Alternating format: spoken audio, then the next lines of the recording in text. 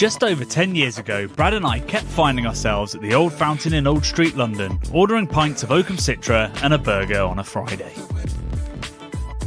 We didn't know much about beer, only what a few YouTube reviewers and bloggers had told us, but we started plotting the idea of a YouTube channel using our then boss's equipment. Our boss was Jamie Oliver, so he had quite a lot of it.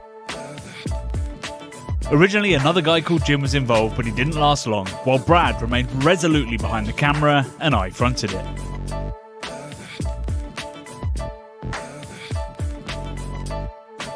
Our earlier videos weren't terribly good. In fact, they were awful. We were self-taught at everything: filming, presenting, editing, brewing. But when did a lack of talent and knowledge stop anyone succeeding on YouTube? I don't know what I'm saying here. Over time, we found a voice, irreverent, distractible, adventure-based, but backed by pretty hard research. Willkommen nach das Kraftbier Channel. Das ist Oktoberfest! Na genug. Sehr genug! And we found an audience, passionate, patient, knowledgeable and thirsty, and things began to click. We started to travel the world, make long-form documentaries that got to the heart of why we'd come to love beer so much, and then we wrote books about our discoveries, and even started winning a few awards. Finally, in 2018, we took the channel full-time, turning a hobby into a career, and we owe it all to the people who watch our content, who are watching tonight, and who came to our 10th birthday last weekend.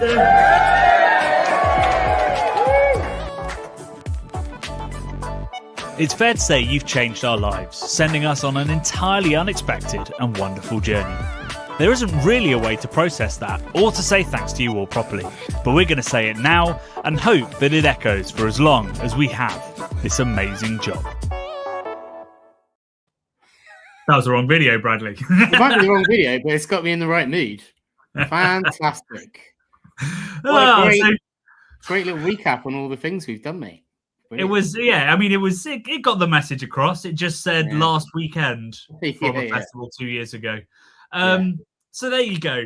I think that kind of sums up the days that Brad and I have had to some extent, which probably once I've had enough beers, I might talk about, and Brad might show you.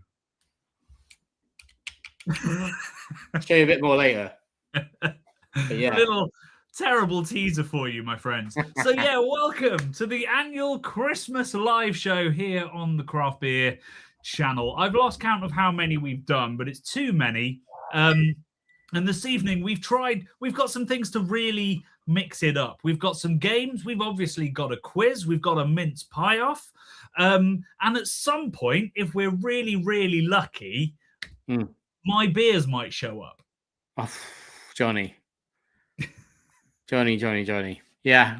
Have we got the live tracking, or is that going to reveal your home location? Is that too much probably information? Would reveal my address, which I mean, yeah, we could finish it off with a doxing if you want. That would really like a Santa sleigh driver, isn't it? That's going around your cul-de-sacs. He's delivering Christmas presents to all the boys and girls except for me. You've been naughty. Seems to be the way. I don't know what it is about delivery driving apps. Like, firstly, they're terrible. They update, I don't know, every like half hour. But also, he was on my road at one point. Oh, what? Really? And then he went away. You should have run out, mate. I've been to your road. It's not very big. It's not a very big road, but yeah, maybe I should have run out. I don't know what you say. Like, there's a package in there for me. Yeah, you should have like thrown yourself at the DPD delivery truck. Somebody's just pointed out that it says Christmas Show 2024 on the fucking. Oh ticket. wow, is it? So, oh yeah. No. I mean, no, it doesn't. Why would it say that? That would be amateur. We've both had stressful days, but I tell you what, Johnny, you have got some of the beers, haven't you? Which is a great result. So this is the joy of living very close to a very good bottle shop. Yeah. So I was able to go down to the beer shop and grab 5 of the 10 beers from the box. Yeah. Only 3 that we're going to be tasting tonight. So I'm still relying. I can see my front drive. Every time I see lights in the corner of my eye, I'm like, this could be it. This could be it. I've got my wife. I told her to try and drag the DPD driver in if he comes. We can make a hero of of Nikolai should he make it in time. But I do He's have the called first... Nicholas. He's called St. Nicholas. Yeah. Oh, I hadn't even thought about Come Nikolai. Yeah, St. Nikolai Come on, that's might wild. deliver the beers. Wow. A We've Christmas had a good question here, Johnny. Oh my Have God. you checked all the bushes near you? It is DPD. They do like throwing stuff in bushes. Yeah, they all do. I mean, I know it hasn't. They're telling me it hasn't been delivered yet. Whereas usually when it's in a bush, somebody is claiming it was delivered, or they send a photo of it being passed to somebody, but you find it in a bush.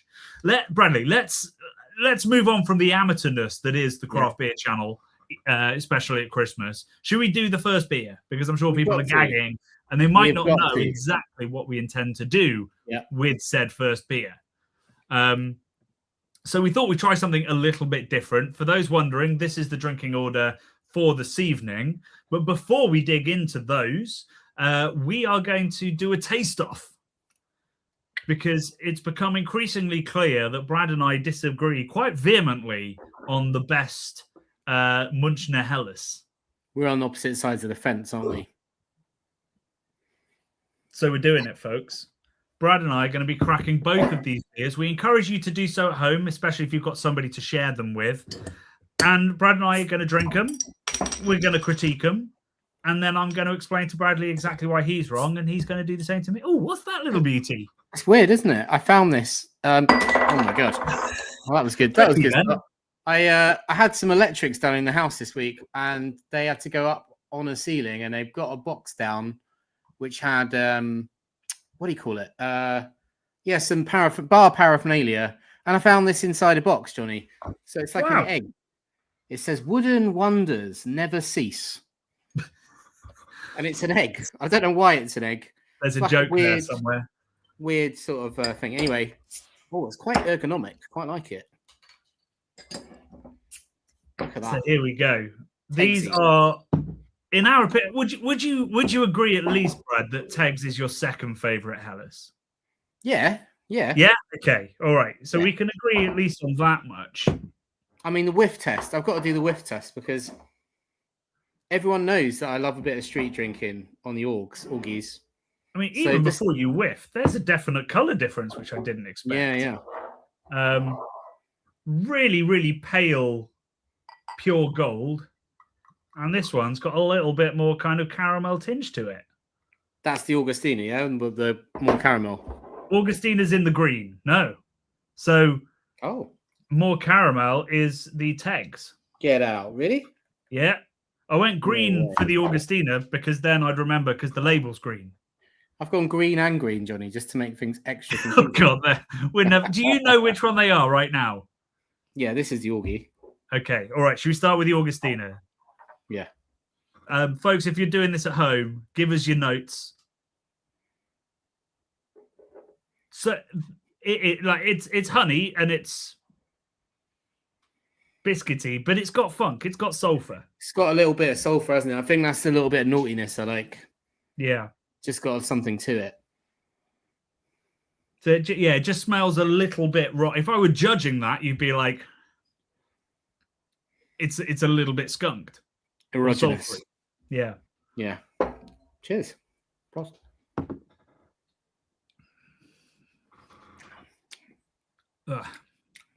Beautiful stuff. Great beer to start with.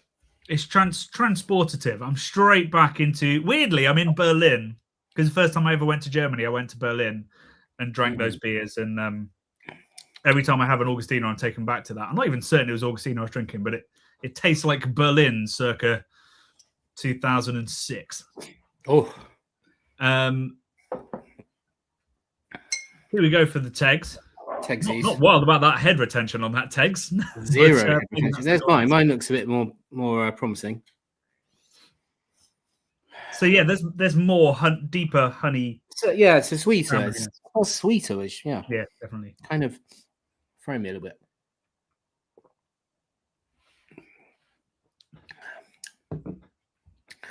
It just hasn't got. There's not as much complexity there for me, which is I don't know whether. Yeah, that's probably not a fair thing to say, but it's less angular. I like a little bit of the angularness of the Augie.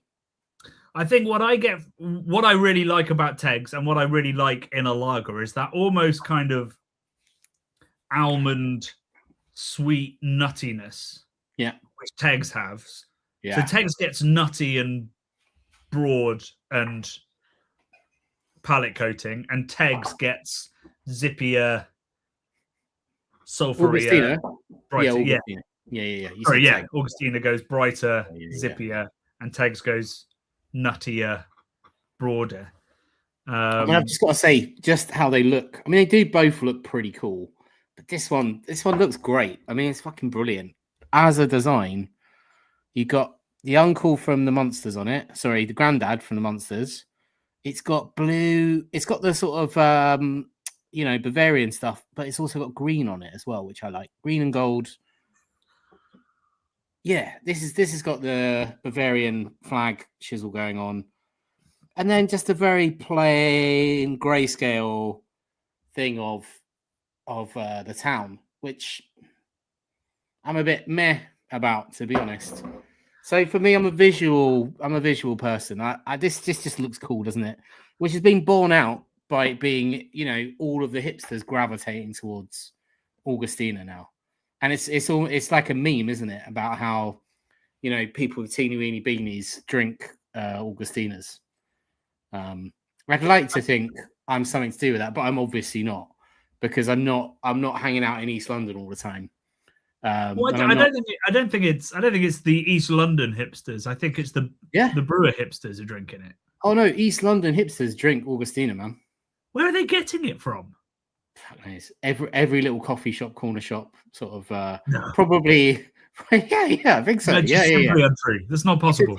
It's a different world when you go to East London. It's a different world. Then it's not just in corner shops, Bradley. It's you go into beer merchants. I mean, it's no, mate. Honestly, fancy bottle shops and bars will have it in the fridge. It's not in corner shops.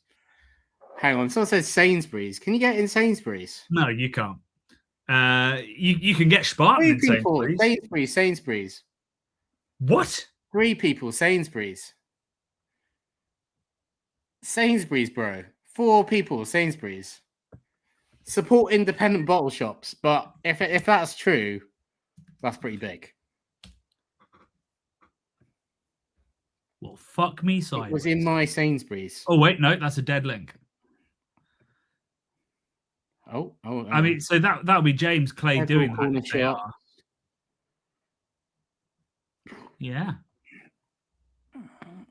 It seems like it's in. Apparently, it's been ordered 62 times in the last 24 hours, according to Sainsbury's.com. Well, that's just in East London. I mean, honestly, when I used to work at beer merchants, Augustiner did not export. It was that simple. Officially, and this is less than 10 years ago. Officially, they did not export. Nah, I reckon it's like when the Sierra Pale Ale back in the day was like, wow, or is that Racer 5 and a couple other things. You'd have to go and seek them out in the break or somewhere like that. And then all of a sudden, and Brooklyn as well. We're talking a long time ago, like 15 years ago. All of a sudden, you get a Sierra in Sainsbury's, Sierra Nevada Pale Ale, and never like Racer 5 or anything like that. But Brooklyn obviously suddenly became. I'm fairly sure Racer 5 was in M&S for a little bit. Come on. Yeah. No way. Was it? Yeah. Hopsy and Rob. What do you reckon, mate? I think it was in cans. What? I think there was this mad moment. What? Like maybe at the end of bottle shops time, definitely cropped up because I remember. Anyway, that is amazing. I hold my hands up and go, I had no idea that Augustiner had spread so far. There's clearly, I don't know, times are tough in the German beer market, and maybe Augustiner is really now hammering it home. And really, I mean, you see it all over the world. Like Allagash never exported, now they do. You know, it's. I think it's a sign of how tough it is that even the most iconic brands are having to branch out. Yeah, here we go. Bottles of Racer 5 in M&S. No way. Yeah. See, I asked Rob, and he delivered. He does remember. He delivered. Well. I'm still not sure that Augustina's in corner shops in East London, though. I now believe it is, happen, but I haven't 100%. Seen it. Next time I'm in East London, I'm sending you a fucking video of it in corner shops. There's all sorts, mate. You go in and you're like, what? I don't understand. I'm in an alternate reality where you can get like proper craft beer in literally a corner shop. I mean, I love it, but I'd rather see, I don't know, Keller Pills or Braybrook or Utopia. Oh yeah. But that's cool. You can buy kebab flavored crinkle cut crisps, a white Kinder Bueno, and all the German cultural exports, and an Augustiner in a corner shop. What a world! What a world! Right, I'm also gonna have to hold my hands up and admit something as well, which is that tonight, Matthew, I'm Team Augustiner. Boy, look at this! Come on. I'm enjoying the Augustiner more right now. You know I'm right. It's just so somebody in the comments, I missed it, said Tegernseer at home and Augustiner in Munich. I saw that. Which I was like, yeah, agree with that. But actually now I feel like I might be the other way. The Tegernseer pub in Munich is not great, but it is very, very the beer is very, very delicious there. I just feel like the Tegs is a bit more subtle, refined, like a refined crispy boy, whereas I feel like this is a bit leery. This has got something a bit more going on. That's like I don't know what I'm trying to say, Johnny, but it's just something that speaks to me in the Augustiner. Oh, I know, Bradley. And you're often having a conversation with him. Yeah. Every week on the Friday 5 p.m, I'm like, Brad, what have you got to drink in this podcast? And you hold up an Augustiner. I'm like, no, not again. Come on, let me have it again, just again and again. I've been doing less of the Augustiner street drinking this year than I did last year, seemingly.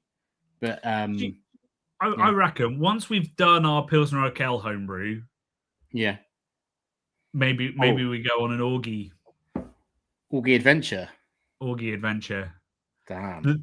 The issue is there'll be so little detail about Augustina's ingredients, and it'll be very ingredient based and yeast. I think we've got to go there with secret cameras on our spectacles and try and get some backstage sort of expose footage of Gabriel Stablemire vibes. We'll probably have to wear a disguise as well, because I have emailed their marketing department so many times that they'll be aware who we are. We might be on a wall somewhere going, do not let these people in.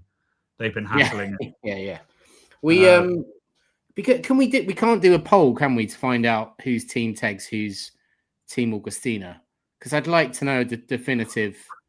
No, I don't think there's polls on StreamYard. The only way we could do it is Instagram, right? We could do a story and then put a poll on it. Actually, no, I know what. I'm going to put it. We can make it a question in the quiz later. Oh, I like it. Let me add a question. Team. What team are you on? Option 1, Tegs. Option 2, Augs. So just to clarify, there's no right answer. Choose with your heart, and we won't penalise you if you're wrong. So if you're on Team Tegs, and I'm the one that will look at the results. So I can't count. So but you won't know which way I'm going, because tonight apparently I'm Team Augustiner. Well, there we go. Anyway, we have not done any of the shit we were supposed to do, Bradley. So let's dig into that. So, firstly, please do support the channel. You can use a super chat to get your question answered immediately, or get your comment that is burning a hole in you immediately up on screen, and all that goes to supporting the channel. You can also join our Discord, where I'm sure it will be popping off Tegs versus Augustiner all evening. That starts at £2 a month.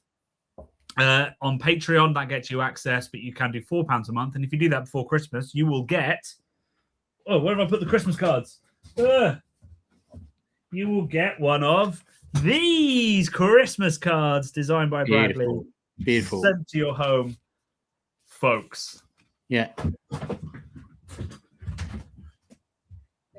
Where's he off? He's gone. Is that the beer? It's the beer, Saint Nikolai. What an absolute Bobby Dazzler! That's unbelievable, mate. my goodness! Wow, down to the wire. Down to the absolute wire. 20 minutes into the live show, the beer arrives. Shit. So, yes. Bear with me while I quickly dig out the next beer from here. Was Nikolai there? Or was it just Nikolai's not there? No. Oh, what a shame. My wife. We're getting suspicions that this is scripted to make a bit more drama. It wasn't scripted, was it, Johnny? It's been the cause of much pain. Yeah, I would have scripted it better as well had it been scripted. Right, there we go. There's the next beer. Oh, they are nice and cold. They have been in the van all day long. Right, here we go, folks. Save Christmas. That sounds like a Netflix shit film. I call that film DPD Nearly Fucked Up Christmas. Yeah, but sure. I'm glad to see that this has gone down well, because about 2 hours ago, Brad and I were losing our minds. But it's all panned out fine. So yeah, you can join our Discord or use the super chat to get right in front of us. Like I say, we've got our drinks order here. We've got games with every single beer that we're going to be doing this evening, which includes a quiz while we're drinking beer number 3, I think it is. So do load it up now. Where have I put that link? Where's the quiz link? Bradley? It's in the notes. Oh, no, sorry, yes. Yeah. So stick that in your tabs, get it ready. We'll get to it, I think, around about 9 o'clock. So tinyurl.com/CBC-quiz. Will get you onto the quiz. The questions aren't in there yet, so you can't start working on it. Brad and I will be reading them. And there will be a delicious prize. Well, no, not delicious. That's the wrong word. Book or a t-shirt. Don't eat it. Have you got room in your glass for the first beer, Bradders? Yeah, although I've just thought I should really have used one of my lowbrow gadgets to pour this beer, potentially in the biggest can that I've ever seen, and put it to 10. It's comically large. It's ridiculous. So it's a 500ml can, this one. It is called Source Code. It is a cranberry sour from Arbor, who I think are one of the most... Is this really the one to pour? Because this is a sour beer, Bradders. Yeah, no, I'm thinking it might actually be a bad idea with the lines. Yeah, I think you'll have to clean it, and I'm not certain you will.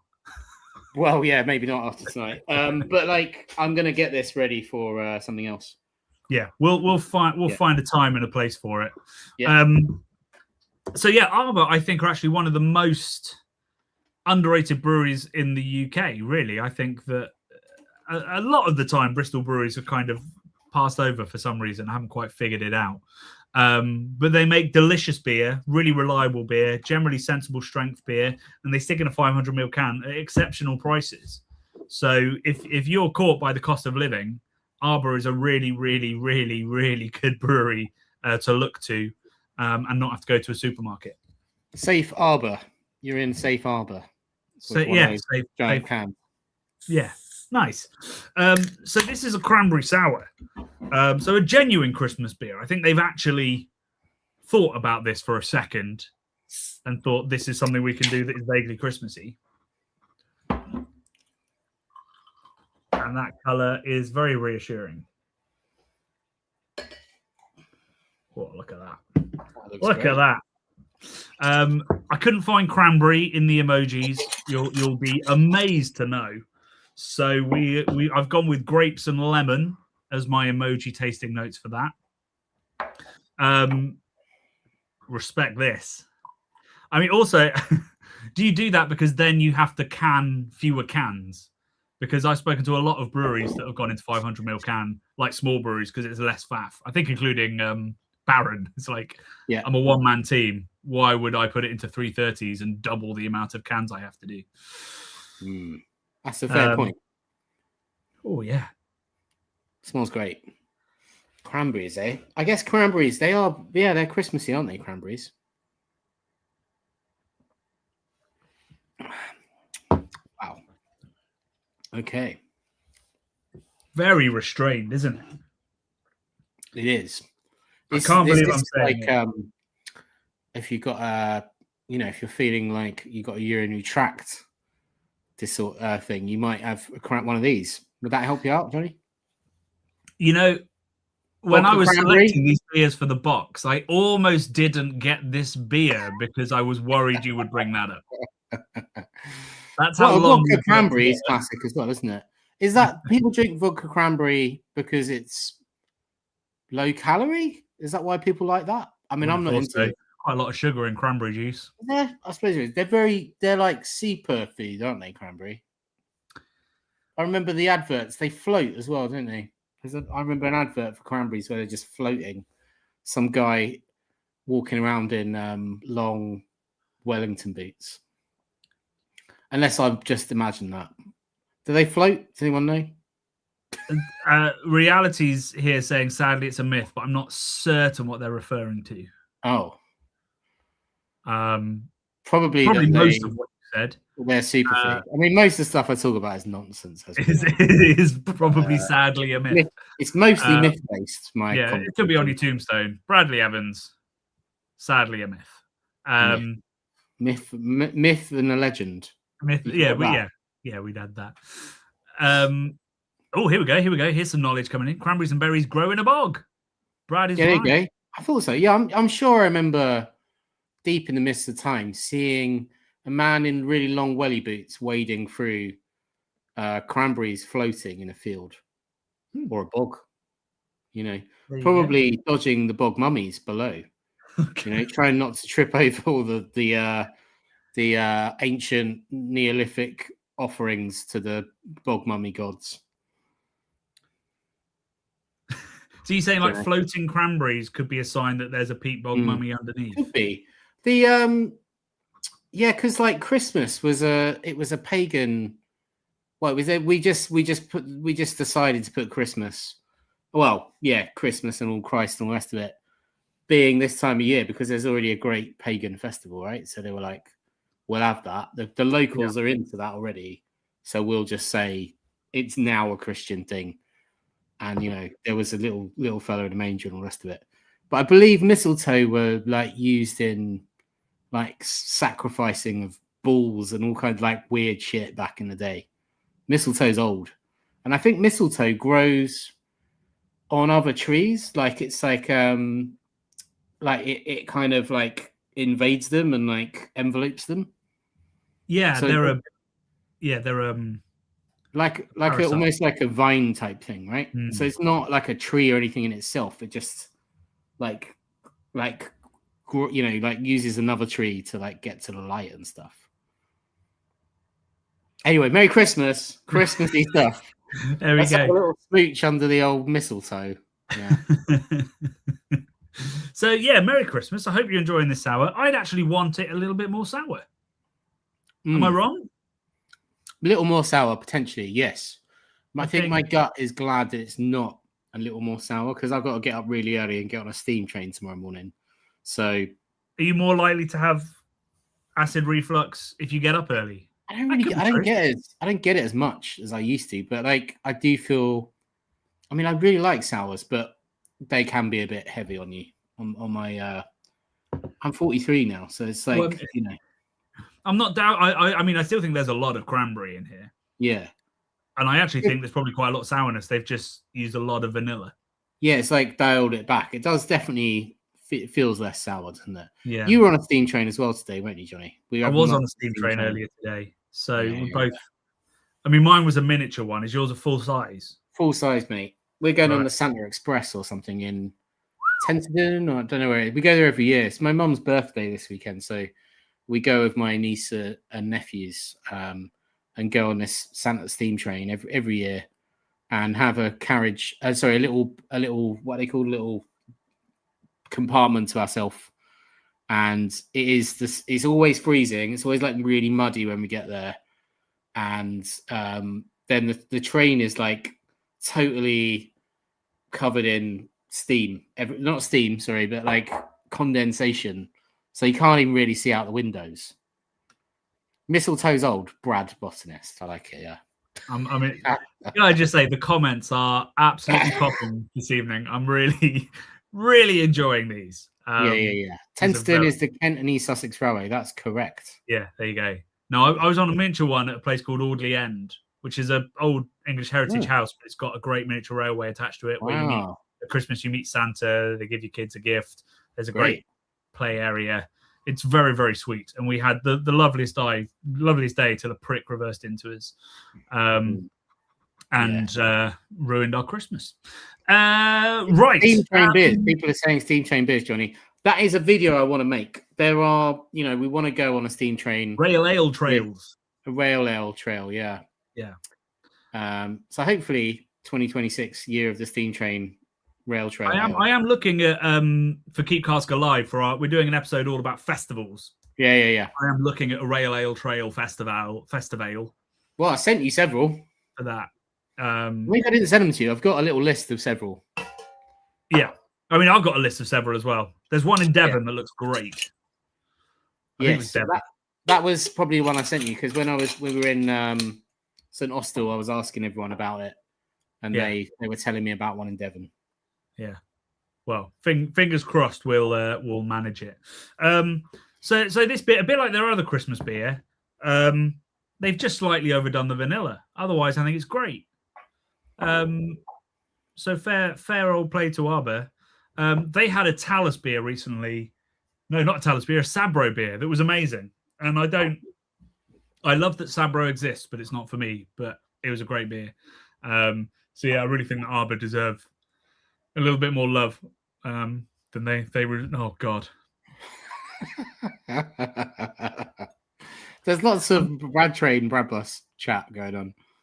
We can do the Brad Train if we all just go to the festival because that requires minimal logistics and also minimal insurance for the craft beer channel. We could do that, and we could just like make a T-shirt that says Brad Train or Brad Bus or something on it. That's the a good name. Sabro beer that was really good. My Sabroni. My Sabroni. Yeah, I mean the names of Arbor beers could do with some work. I think. I like to think we're moving past puns as beer names. What is the pun on My Sabroni? It reminds me of My Sharona. Well, that's what I was thinking. Yeah. Also, like a jabroni, like you're a jabroni, which is like a jabroni. It's like a mafioso or Italian American insult. I don't know what a jabroni is. You're a fucking mook. You're a jabroni. You've clearly watched more gangster movies than me. I can't say I've come across that one. Yeah, of course you have. Yeah. I don't know why. That was never in doubt. Yeah. Or My Little Sabroni. Is that what it is? Like pony? Because that's not. It's not even really a pun at that point. Brad Train T-shirts. I think that's what we'd need to do. We'd have to. So we knew we were in a cohort. The Brad Train T-shirts is a must. I mean, the word Brad, I think, could be turned into a train quite easily, with the B being like where the driver is, RA, and then the D's got the chimney on it. And I'm listening. I'm interested. I think you could probably figure that out, or AI could. Right. Apparently, it is about My Little Pony. Oh, really? Wow. Okay. For shame. But My Little Pony's got like a cult following, hasn't it? Like loads of people love watching My Little Pony. No, I think like adults in America love My Little Pony. Like Care Bears, it's a similar vibe. I think adults love the like 80s My Little Pony thing. Does anyone out there know? Just a Brad question here. Did My Little Pony toys come out before the cartoon, or did they make the cartoon to sell the toys? Presumably they made the cartoon sell the toys like they did with like Thundercats and all these other things. We got you, Jasper. Don't worry. I'm sure there is like a cult like thing of My Little Pony. I saw something about people that get dressed up, and they're like their spirit animals or whatever they're called, Ice Gem or whatever the pony is that they like. Sorry, that's probably insulting if you're a My Little Pony super fan, but I imagine they've got names like Ice Gem. I hope I never have to learn more about this. We've gone real tangent here. That's Sorry. all I can say. The Brad train has gone off the rails at this point. Yeah, there'll be so many jokes about derailments on the Brad train. That's for sure. Yeah. Anyway, my plan was during this drink was to talk about our beers of the year, because we'd love to hear your beers of the year for a couple of reasons. One is because it might inform where we go next year when we're doing brewery features. Two, because Brad and I are forever sent beers that turn out to not be great. So whenever we go to the bottle shop, it'd be nice to know what to buy. And three, because Brad and I want to talk about our beers of the year. Yes, Rob, you work in the railway industry, don't you? Graphic design on Railway Museum? God, I can't remember, Rob. But yes, we will get in touch. That had completely escaped my memory, and I appreciate it. It sounds like, Rob, we need to make the Brad and Rob train. Rob the Brad train. Rob.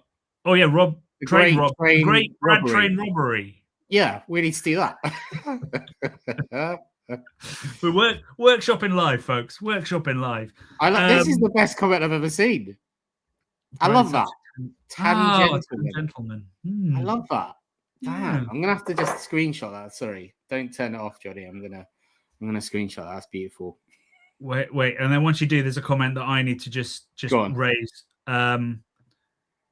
Oh no, I've missed by one. High reality though. They're coming in fast, aren't they? I'm hopefully coming to Peru, to Lima, in a couple of months. Blimey. Please email craftbeerboys@gmail.com and identify yourself. I would love to ask some questions for that trip. I keep nearly putting onto our post section on the channel asking about beer fans in Peru, because I want to come and research chicha for my next book, and I have no idea where to start effectively. What's chicha, Johnny? Well, I believe I don't know much about it, but it is a purely maize-based thick sour beer. Which the cliche is that it used to be made, and I believe it's still made in some places, use it where you chew the corn and the enzymes in your saliva would do the malting process, break down the starches. Yeah. And then you would brew from there. But now it's just obviously done commercially with actual enzymes. I've seen that on it must have been Michael Palin or something many years ago, where there's like women are chewing stuff and it's like maize and all the rest of it. Yeah. Wow. So I mean, I think that does still happen, but I don't think it happens on any. That's probably culturally insensitive. But sounds very much like spit beer. Yeah. Good luck with that. Yeah, Dogfish Head. Dogfish Head did something along the lines of that and released it. They used to love doing that kind of stuff. Chicha. Now we've got people just saying where they're from in the hope that I might say I'm coming. I mean, I am coming to Spain quite soon. I hope to promote my book, which just came out. You're like Father Christmas, aren't you? You're going there to promote your book. God, yeah. So I now have a Spanish version. I've just butchered the word chicha. I'm going to butcher El Sentido de la Birra. Where are you going in Spain to promote your book? Probably Barcelona. Okay. All right. I might have to come with.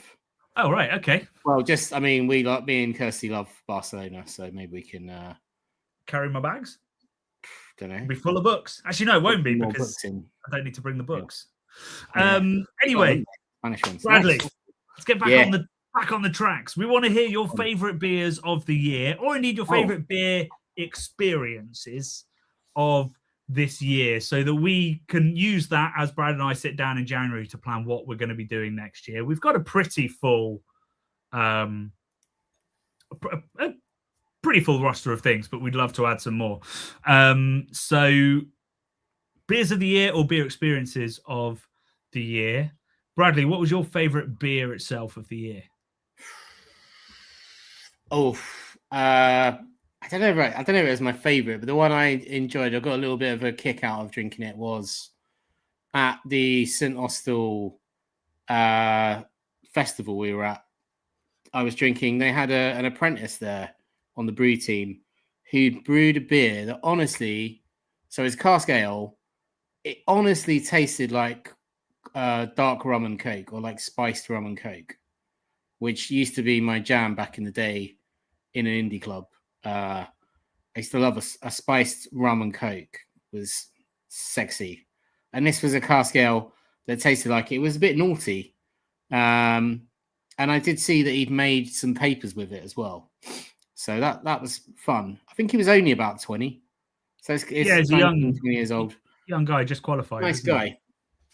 Yeah, Celtic Beer Festival, that was really good. That's such a unique venue. It was a bit rowdy. You left a bit earlier than I did, and it got very not because it was too rowdy. Lots of Cornish folk there. The Cornish men seem to be a very proud and vocal group of people. They're their own sort of country, aren't they? Cornwall got their own language, and they were their own people, weren't they? They were like kind of forced down into Cornwall from other parts back in, I don't even know when, but I don't know where I'm going with this. But they had lots of very Cornish patriotic songs, like kind of sea shanty, Cornwall-based sea shanties that I enjoyed a lot. And I kind of was sort of keeping my head down, pretending I was from Cornwall. Because so I enjoyed that. I very much enjoyed going to Harvey's. So like my mum lives not too far away from Harvey's, in place, nearby Lewis. So that place is kind of special to me. I enjoyed meeting Miles and like having a lovely sort of experience, getting shown around with him when we made an episode of Keep Cask Alive, Series 2, and drinking, fresh out of the tank beer in his little tasting room, out of special engraved glasses that looked like they were from the 1950s. These little beautiful stemmed goblet-y things. Just lovely stuff. What about you, Johnny? What were your favourite beers and memories? So the beers that really stick out for me from this year, one was a truly stunning pint of Three Swords from Kirkstall, which it's kind of a cliche to say that, when cask is really singing, it's the best beer in the world. But every now and then you do have a cask ale and it transcends everything else that you've tasted, and you just want to drink. You don't want to leave ever. Like you could just drink 10 of them and be in a lot of trouble. And that's what we had. I was with Chris Hall in a pub. I'm furious at myself because I can't remember the name of the pub. But basically, Chris said to me, he took me to all of the usual places. We went to the Cardigan Arms and Kirkstall Bridge and to White Locks and a couple of other places. And then it was this bar that was like completely nondescript. And had fruit machines and like just not somewhere where you'd expect truly beautiful cask. And Chris said, I'll bring you here because they serve Three Swords better than we do. And it was truly gorgeous. That really stuck out. Drinking, I think it's called Greg, which is a red IPA from Baron on the brew day when we were making zip-off trousers, zip-off shorts, still not sure. His red IPA, he just said to me, and he was right. We were having it was a massaman curry that his partner had cooked. Because she's a private chef by trade. So it's the best place, best catering on a collab day in the world. And he cracked open this red IPA and said, beer doesn't get better than this. And he poured it and he was right. And he didn't mean it in like a cocky way, which, like as a style, red IPA is like his jam. And it tasted quite jammy, actually. So that red IPA was amazing. Favorite beer experience was being let loose in the cellars of Utopian. So, you get given the svickle, the pig's tail, and away you go. And I could have spent a happy couple of hours there, but we were filming and we were brewing, so we only managed to we had like 3 or 4 pours with Jeremy and then 2 or 3 while we were filming our intro and outro. And yeah, that's my happy place. Lager cellar. Beautiful. I tell you another couple of beer things that really stuck out for me that were not beer channel related, but I went to Japan my first time this year, to Tokyo. I was there for 9 days, I think, just in Tokyo, just going around. And I had the best time. It was amazing. Love Tokyo. Now I think I want to live in Tokyo. Just absolutely fantastic place. I loved going to Golden Gai, which is an area where there's 270 essentially micro pubs within like 4 streets. So as a man that loves a micro pub, I was like blown away by all the bars, the totally different experiences you can have in them. Some are like sort of little listening bars, quite refined. You can go and drink whiskey. Others are like raucous, wild karaoke bars. My favorite was called Death Match in Hell, which I went to several times. And it was run by a guy called Go. His name's Go or Yo. I can't remember. I think it's Go. And it's a heavy metal bar where everything costs 666 yen, which is about £3. And I drank many Asahi Superdries or Santori malt, whatever it's called, malt beers in there, and rum cokes, all sorts of stuff, and had great nights in there. And also went to a place which I'm going to make a little short about. Going to try and make a couple of little shorts about Japan, but a place called Drive-In Denden, which is maybe my favorite little new place now because there's something I did in there, which was, I don't know if I could say it now or whether I should wait till I post the video. What do you reckon, Johnny? Maybe I'll wait. There's only 120 people here. There's still plenty of surprise to give. So this is there's a 1970s underground shopping street underneath a subway station, which is impossible to find your way into. And we had to like scan our way into this place. It's called Akusa Station, I think it's called. Went through the barrier, spent about 20 minutes trying to find this bloody street. And you go down it, and it's absolutely amazing. It's like a time warp street of this beautiful, like neon lit Japanese stuff with little yakitori bars and all sorts of stuff down there. Got to the end, and there's this place called Drive-In Denden, which looks absolutely amazing. It's got Showa era signs and neons absolutely everywhere. All the walls and the ceilings were covered in mirrors, and it was like being inside a Jamiroquai video. They had a DJ. It was tiny, it's like the size of my front room. They had a proper DJ booth. Everyone in there was a DJ, and they were doing sets throughout the day. And I just thought it was the perfect place, Johnny, to propose to Kirsty. So I got her to close her eyes, got the ring out, and proposed to her.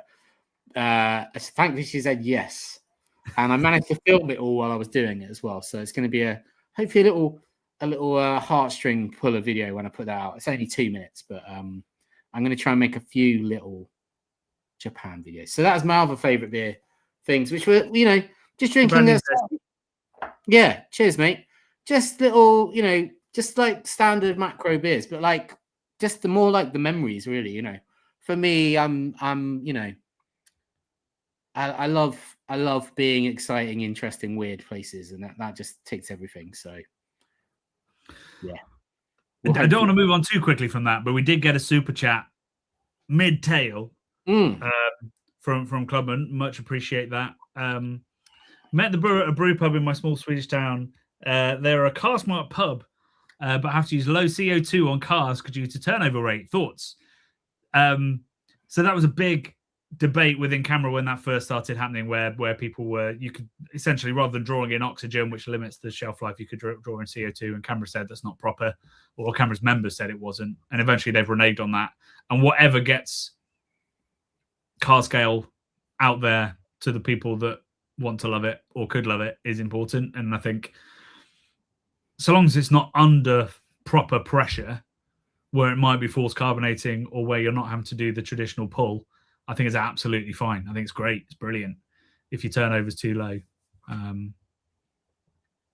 it's a brilliant thing. So yeah, thank you very much, Clubman Plus 850. When are you going to put that? Oh, I've brought it back up again. When are you going to put that short live? I feel like you showed me it a long time ago. We haven't put it live. I did. Well, I wanted to edit the other ones, but I haven't had the time to edit the other ones. But maybe that doesn't matter. Maybe I should just put it up.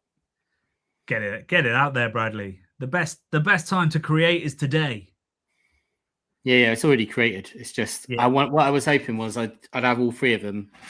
Whoa, don't know what that was. Something just fell in the background here. So there's that one, which is my favorite little hidden Tokyo bar, coolest little hidden bar in Tokyo.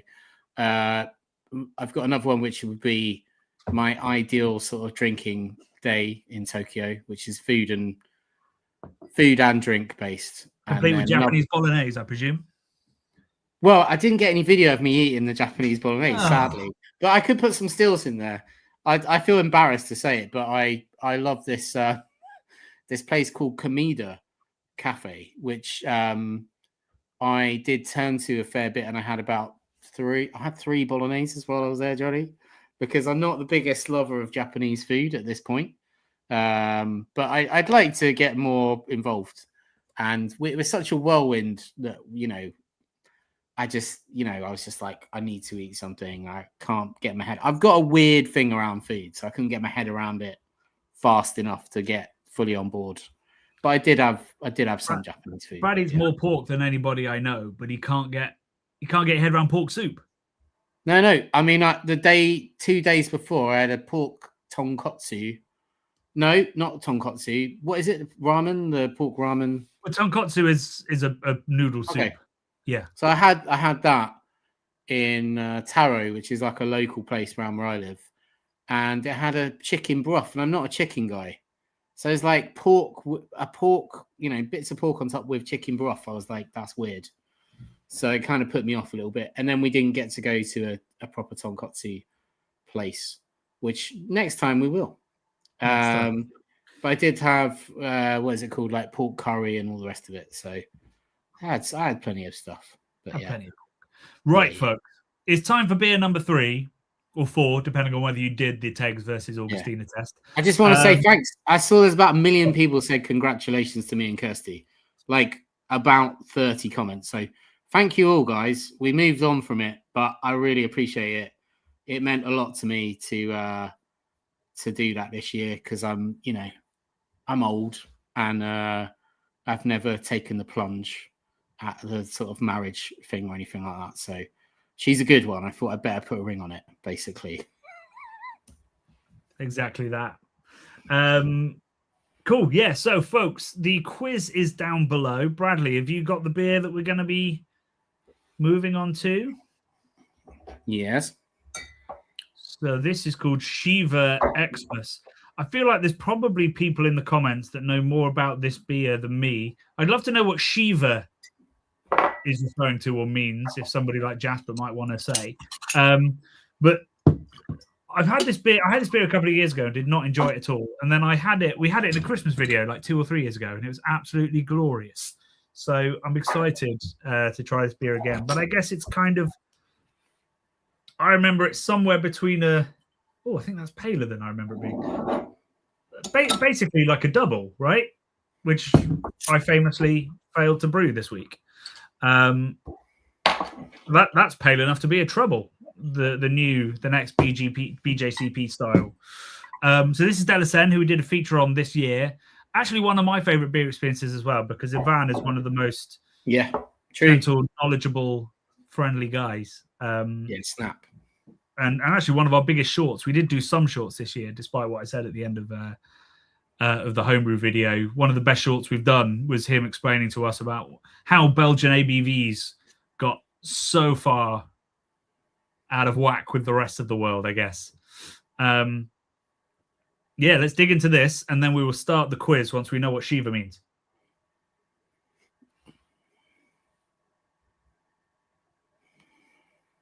It smells quite blonde. It doesn't smell too raisiny or too caramelly. It smells quite sort of fresh and hoppy, which you'd expect, I guess, from Delacen. I've gone straight in. Sorry, Johnny. You go ahead. It's Christmas. It's pretty good. I've not had a bad beer from these guys, man. He knows his shit. He's great, isn't he? So good. Yeah. That's great, isn't it? Crooked, is that right? Crooked Christmas. Oh, that feels about right. So yeah, this is it's actually really quite similar to my homebrew. It's much drier and much more bitter, but it's got sort of really lovely kind of caramel tones and golden raisin notes. It's 8%, isn't it? Jeez, that is dangerous stuff. I'd have said that was 4.5, 5-ish.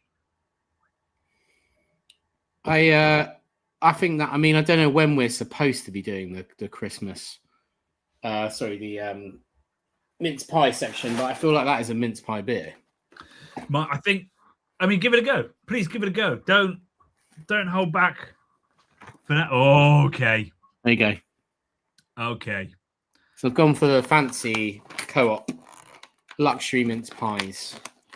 Irresistible, co-op irresistible, all butter pastry, luxury mince pies. They look pretty good. I'm gonna say it. The original plan was to do like a taste off, but I only managed to get 2 different ones, and Brad only got 1. I only got one because I literally forgot the plan. I've got. Wait. Okay, yours look. I mean, like the color's more washed out on my shitty camera here, but okay, that one with the hole in the middle, the jammy dodgy one you've got there looks very similar to this one. I mean, let's be real, Bradley. Most of these are probably made in the same factory. Nah, what are you on about? They're made in Lapland, aren't they? By a series of elves and. Do you remember originally my job at Jamie Oliver's was I used to write the packaging for Jamie's products in supermarkets, and so every March I would have to taste about 20 mince pies with the Jamie's food team, and then we'd select that year's Jamie Oliver mince pie. Yeah. And I'm fairly certain all of the mince pies that we tasted all came from the same factory. We just like Jamie and his team would give them some ideas and some recipes, and they just make 20 variations on it, and then we choose them. So they're probably made all in the same place. It's like McDonald's get their same meat as the high-end butchers, as their high-end steak restaurants. It's all the same butchers. It's just different cuts and different animals. I went in an M&S in Marylebone today, Johnny, and I was like, gonna be standard M&S. Wasn't. They had a proper butcher counter with like glass display cabinets with like aged beef, like whole big bits of beef on it. Pretty impressive. Now I'm gonna struggle with this because I've had a pirate tooth put in today, so I've got a gold tooth now because my teeth are fooked, and you can't really see it, but I'm proper gangster now. And I've had that put in today, and I can't chew on that side now. Although I should, supposedly I'm supposed to eat on it, but I can't chew on it. I'm going to give it a go. Mince pie fact: Tesco sold 57 million. That can't be right. Why not? I suppose they sell them in 6-packs, don't they? Yeah. Brad, I've already had probably 20 mince pies this season. 20. 20. I mean, I haven't eaten a mince pie since we did our Christmas content. Oh, my friend, there are mince pies from the start of December. There are mince pies eternally in my house. Really? I'll have had a mince pie a day since then. Yeah. What? Wow. It's Christmas. Yeah, I mean, I'm not really into Christmas, so no. Sorry, that came across wrong. Christmas food, because I'm a bit weird about food. Not a turkey man, not a chicken man, like I've already said. So, I have ham and stuff at Christmas time. Pigs in blankets, mostly pork. How does this relate to your mince pie intake, which is disappointing? I guess all I would say is not really. I just think, things that are good, eat them all the time. So, like, I wouldn't save something I thought was really good just for one time of year. Although, if you ate these every day, like you're telling me you do, you'd be pretty chunky. You'd be a chunky monkey. Well, it's for 3 weeks, Bradley. It's not. No, I'm saying that's why it's good. It is confined to this time of year. If you ate these every day, a 6-pack of these every day. How many calories do you reckon's in a mince pie? They're pretty calorific, I reckon. They are good. How does it go with it? I haven't even tried it with a beer. 200-300, less than a beer. Oh, right. It's that fat you got to worry about. Anyway. Yeah. We've had a super chat which I've immediately lost. There we go from Chris Stone. And why is it called mincemeat when there's no meat? That's a good question. This could be entirely wrong. This is plucked from the depths of my historical knowledge, but I do believe that it was back when there used to be pies that were made, I don't know, Henry VIII time, where there would be a meat pie, but the meat pie would come with raisins and fruit peels and spices in. So it was a savory pie, but it had fruit in it, which is pretty common in, well, most cuisines, but British cuisine. And somewhere along the line, the mince has got mince meat, the actual meat of it has got removed, but some of the fillings have remained and become its own thing. That's roughly my understanding of it, and that's happened over like 600 years. But I don't know for sure. Isn't that mad to think about people 600 years ago eating something that they would have called a mince pie that was, something totally different?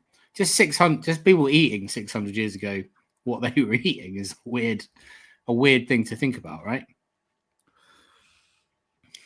I guess so. I mean, like not everyone would be eating mince pies. Presumably, just rich people would be able to eat meat in a mince pie with things like exotic stuff like dates and what did you say, raisins and all sorts of things. I mean, I would imagine that probably that kind of pie would be a slightly cheaper thing. I reckon. Yeah, well, because mince would have been a cheaper meat. The stuff you'd have thrown in it would have been whatever you had in the larder. Pastry was a good way of creating street food that you'd eat with your hands. That's where the pasty came from. So I'd imagine, although definitely rich people would have ate it, probably mince-ish pies would have been consumed by everybody, I reckon. Dickensian. Still meaty in Dickensian times. Still meat in Dickensian. Okay, so still meaty 200 years ago. So, yeah, could be a new discovery. Right. That would have been a great question for a quiz, wouldn't it? It would. We should have done that. Oh, wow. Yeah, should have done that, but we didn't. We've got a shit quiz. So it is quiz time. I'm going to flash up the link one more time in case people have missed it. But from this point onwards, it's on you, folks. If you haven't seen this link the multiple times I put it up, you don't deserve to win. So the way that this quiz is going to work, Brad and I are going to be reading out the questions. The multiple choice answers are in that form. So all you have to do is pick which answer you think is correct and move on to the next one. And then at the end, submit. There is, of course, our sudden new question as to what team you're on, Tegs or Augs. There is no right answer there, at least as far as the quiz is concerned. And then there is a tiebreaker question. So should two people get the same score, the question is, what is the best beer match for a celebrations Twix? Which is a reference to this week's video. Caveat, you could cheat on this quiz. You could Google the answers, and we're taking it on good faith that you won't. We're going to rush through it to minimize the time that you have. Yeah. So we're going to read each question twice. Then we move on to the next question. Yeah. There None of that in the comments. Repeat. Yeah, in the comments, it's always like, what was question whatever again? You're in it now. If you don't hear it, you're not getting it again. Yeah. But we will give you ample time, we promise, okay? But there will be no repeats. We will close the quiz at the end of the quiz. Yeah. If I could do lumps of coal emoji instead of this, I would. Every time someone asked, but can we have that again? I'd be like, yeah. We're going to be very Scroogey about the end. Lumps of crawl. Yeah. Right. Okay, Bradley, are you ready for this? Ready. Okay. So you read the first question, I'll read the second, and so on, okay? Yeah. All right. Everybody ready? Wait, sorry. There haven't been any questions or confusions. Okay. All right. Fine. I'm going to put the link in the chat now for people to copy and paste to make it easy. I'm going to give you 10 seconds to click that link while I pour myself a little bit more of this very delicious 8% beer.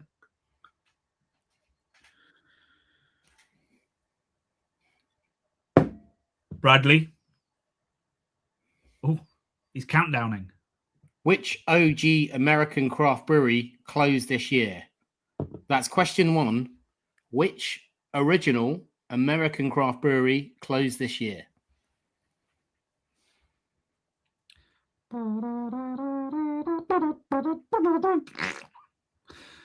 Question 2.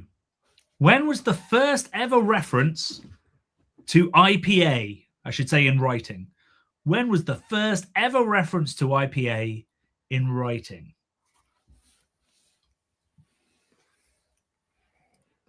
Question 3. Is that quick? Are we going too quick? No. Question 3.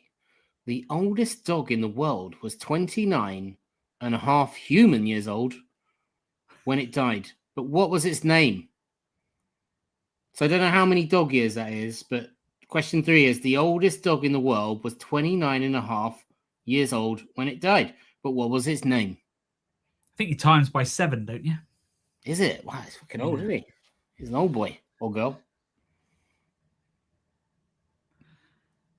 Okay. Question 4. What style is being described in this BJCP blurb?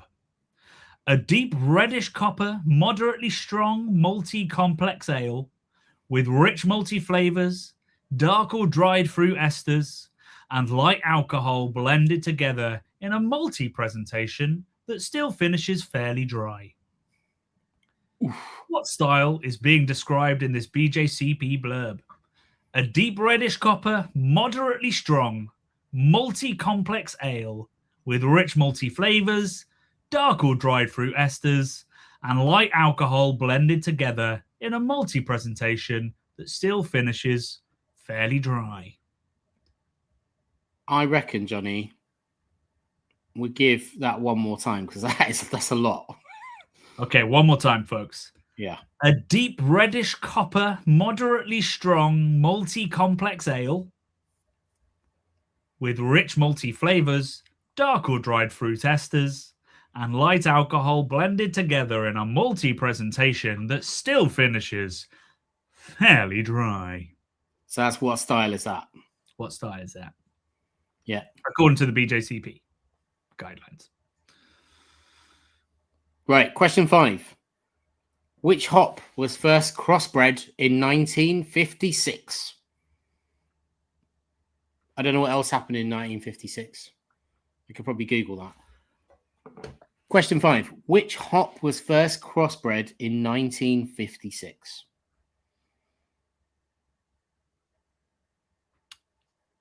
Question 6. This year, toothpaste brand His Smile released a new toothpaste flavor in collaboration with... This year, toothpaste brand His Smile released a new toothpaste flavor in collaboration with...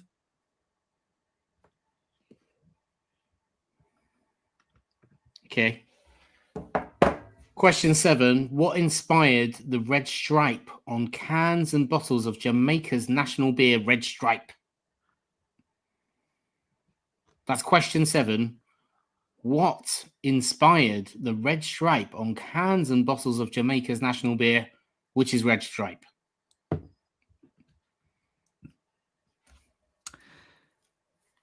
Question 8. What causes the skunking effect and flavor in beer?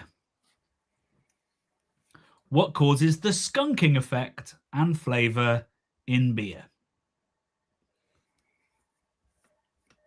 We're rattling through these, Johnny. I reckon people are livid in the comments. We can't see because we're looking at... I hope they're livid. I hope we ruined their Christmas. Yeah, we're looking at a different section on StreamYard, so we can't see the comments, guys. So if you're going, slow down, can't hear you. Sorry about that. We're doing okay. There's been no complaints so far. Okay. Question 9. Which brewery's flagship beer is named after a US founding father? Tried to do a bit of Matt Berry there. Yeah. Question 9. Which brewery's flagship beer is named after a US founding father? I can't hear you, Fandango. Glenn Fandango. Question 10. In which of these countries is it not possible to buy a beer at McDonald's? In which of these countries is it not possible to buy a beer at McDonald's? Mate, can you imagine if you could... Can you imagine how messy McDonald's would be if you could buy beer at McDonald's in the UK. We can't do that because we They'd can't have be to stop trusted. serving at like 8 p.m. We can't if be they trusted. did. We're we can't. too naughty. We like it. I mean, they're already wild, like the Wild West. If you go in certain ones after 9 p.m.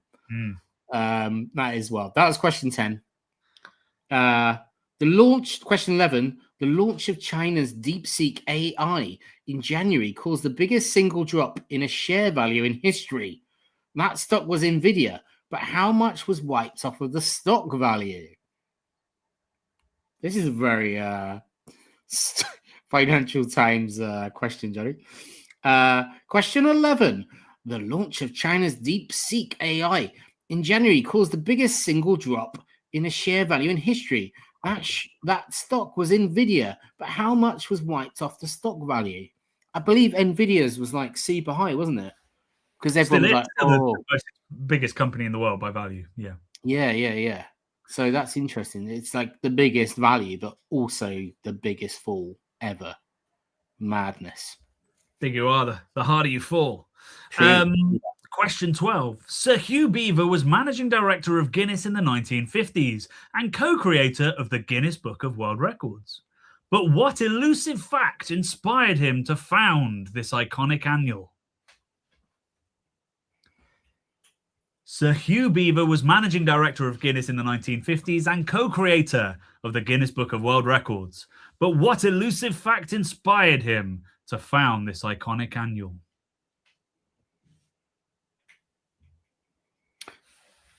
Question 13, Johnny. This year, a Florida woman named Taryn Ackrey was arrested for carrying a bag with the words... You don't need to read out the answers, buddy.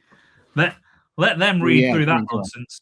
I was going to read it because it's very fun. But yeah. Oh, okay. Go on then. Yeah. A bag with the words definitely not a bag full of drugs on it. I think that should say a pregnant crocodile, not an pregnant crocodile, Johnny. Sorry to correct you there. I am dyslexic, but that's definitely wrong. And pregnant crocodile. All right. Grey Market Heady Topper. I really hope it's that one. Or top secret files from Mar-a-Lago. Oh, we're not getting to America, are we? If it's that one. Blind. We'd already lost our rights to go. Okay, folks, final question. Beer packs come in 4s, 6s, 12s, and 24s. But how many points do snowflakes have? Usually. Most of the time. Always? I think after a little bit more of extensive research, it's usually.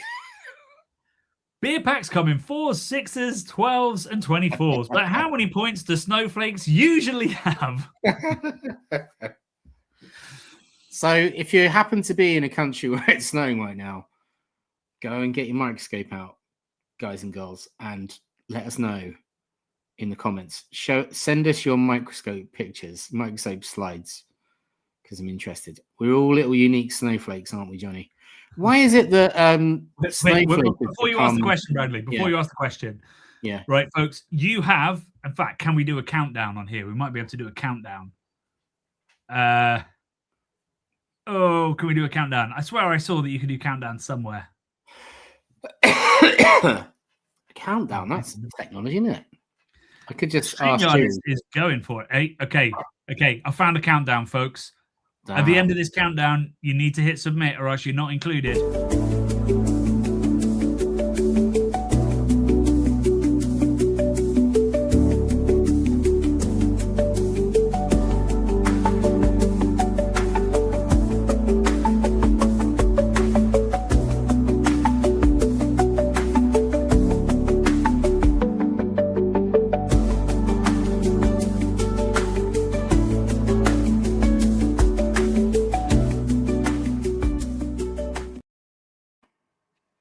Okay, folks, I'm going to hit refresh on this file, and we have had 40. Oh, somebody's just snuck in. 43, 44. Oh, for fuck. I'm too soft, Bradley. It's Christmas, isn't it? It is Christmas. Shall I play some Cisco hold music? From if you phone, like hold music on phones. This is like the best jam. This one's But if it's Cisco as in the artist. No. As in Cisco Systems. Oh, okay. Sure. Folks, it's still coming in, but I'm going to allow it. Oh, yeah, I do know that one. It's not quite GoldenEye hold screen, but it's pretty good. I feel like we're going to get demonetized for that. I just wondered.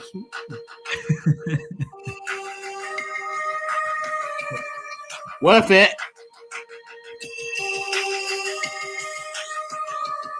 Is that going to demonetize us? I hope it isn't. I don't know, maybe. I mean, it's not like we make much money from advertising anyway. Right, let's go through the answers, shall we?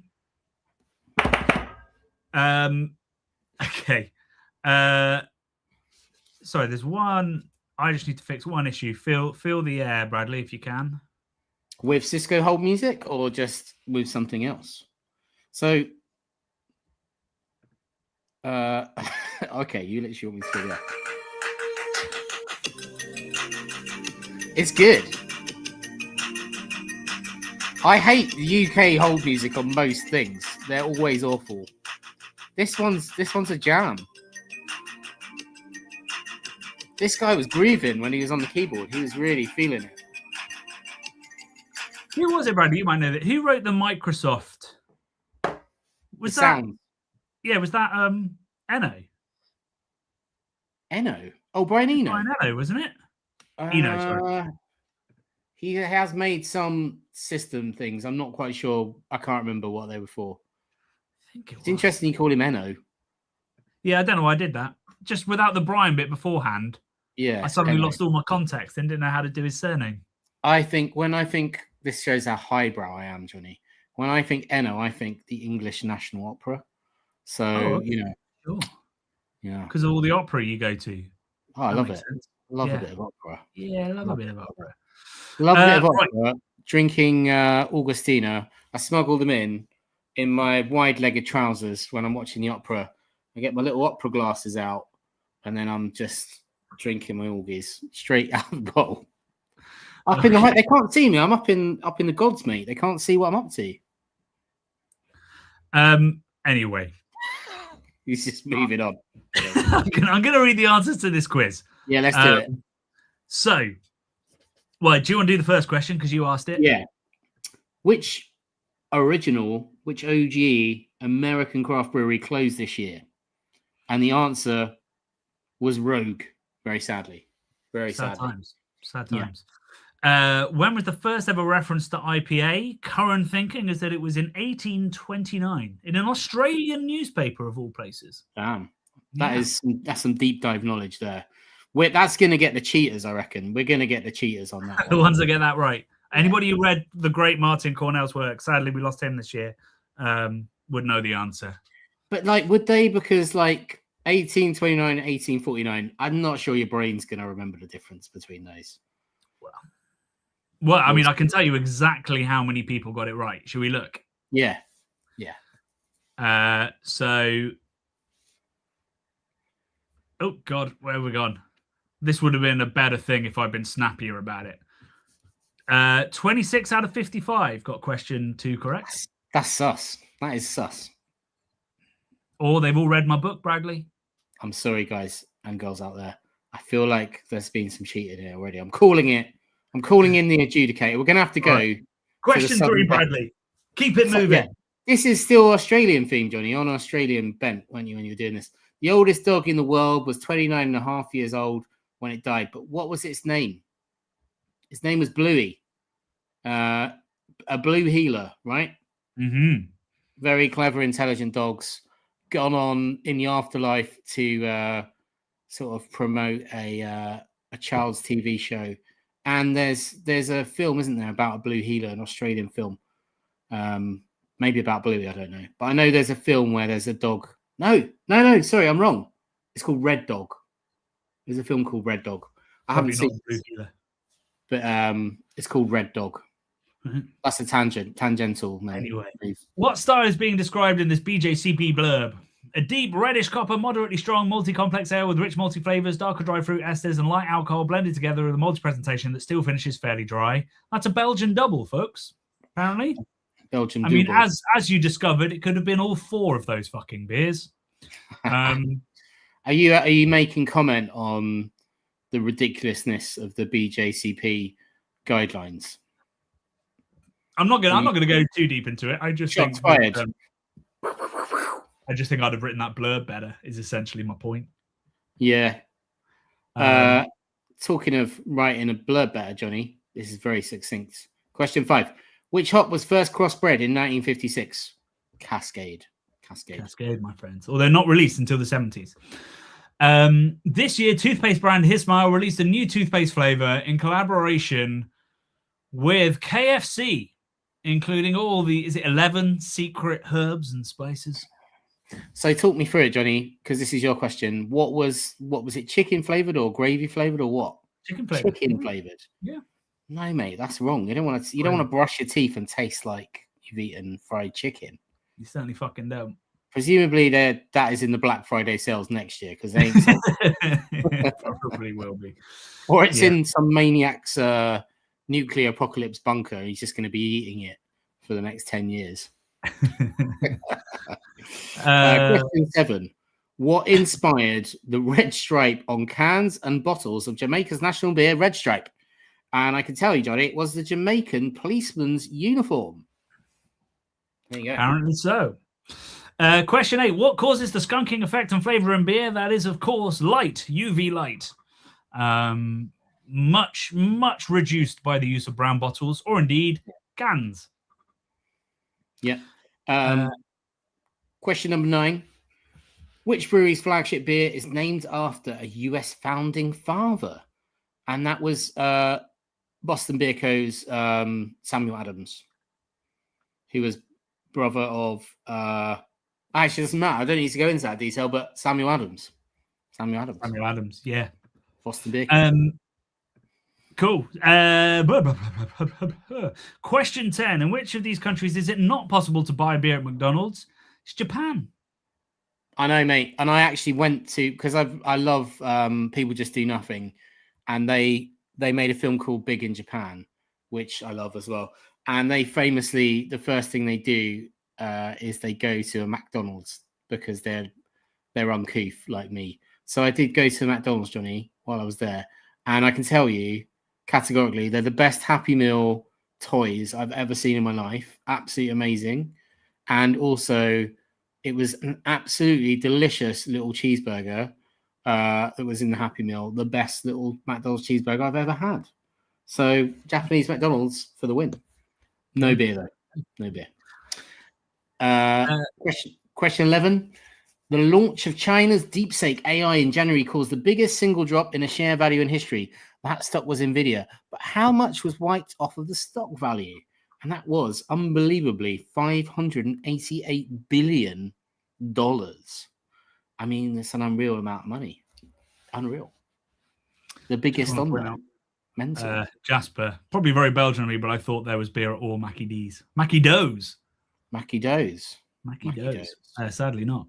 So Hugh Beaver was managing director of Guinness in the 1950s and co-creator of the Guinness Book of World Records. But what elusive fact inspired him to found this iconic annual? It was that he did not know and could not find what the fastest bird game in the world was. Bird game? Game bird. Game bird. Bird game. Fastest bird game in the world. That sounds like something. Oh, God, wrong. have I put people off with that? Sexual predator vibes. I think I said game bird. Bird game in the world. Went into this bar, fastest bird game in the world. Yeah. There we go. Apologies for the typo. Next one. This year, a Florida woman named Tegernseer was arrested for carrying a bag with the words "definitely not a bag full of drugs" on it. Absolutely iconic. Were there drugs in the bag? Yeah. Oh, okay. Yeah, there were drugs in the bag. Oh, it would have been better if it was like something else illicit, like a machine guns or something, just to like throw them off, you know?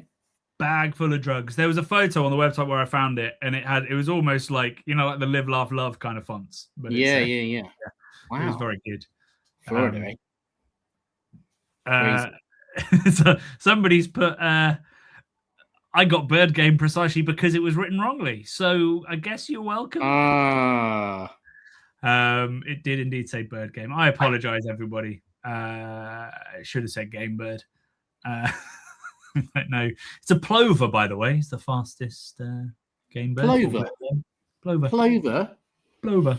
not even heard of it. It's because it's gone, before you can ask who it is.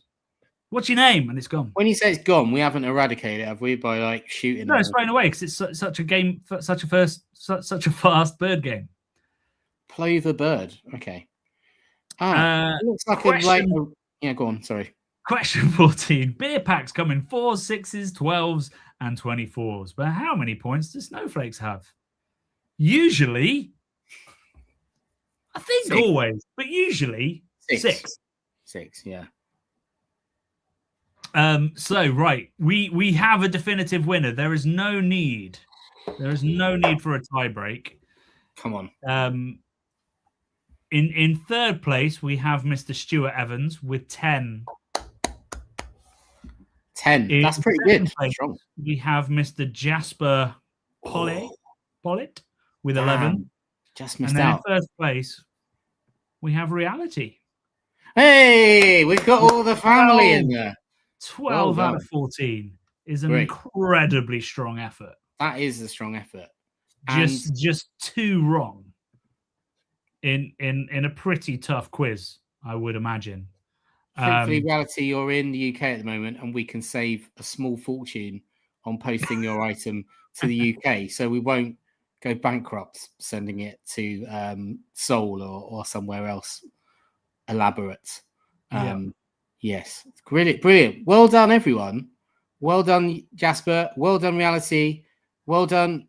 Sorry, who Evans was it? Stuart Evans. You got the best name going, sir. Just the third best result, but you're an Evans, so you're winning, like me, obviously. Evans also. Bravo. Yeah.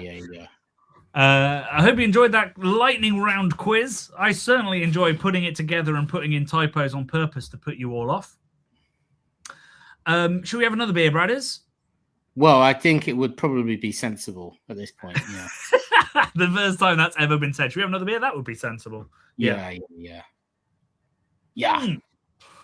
So, as you can see from our drinks list, we are moving on to the Huel Porter. That's not actually how it's spelled classically. Should be. I'm not going to try and spell it. Huel Porter. Hopefully, there's somebody of Scandinavian extraction who can explain how to pronounce that. Oh, mate, sounds good. A smooth and festive imperial porter brewed with chocolate. Yes, baby. Hell yes. For this one, if anybody saw my post across social media about what you might want to bring, you didn't have to this. I did suggest that maybe you'd like to buy a chocolate orange and or some blue cheese. Johnny, so if you have done, this is your chance. We've had a very important question here, and I'm not sure you've got the answer. But do you know this? Oh my God. Shit. Yes. Great question. 1 second. Let me just dig that out for you.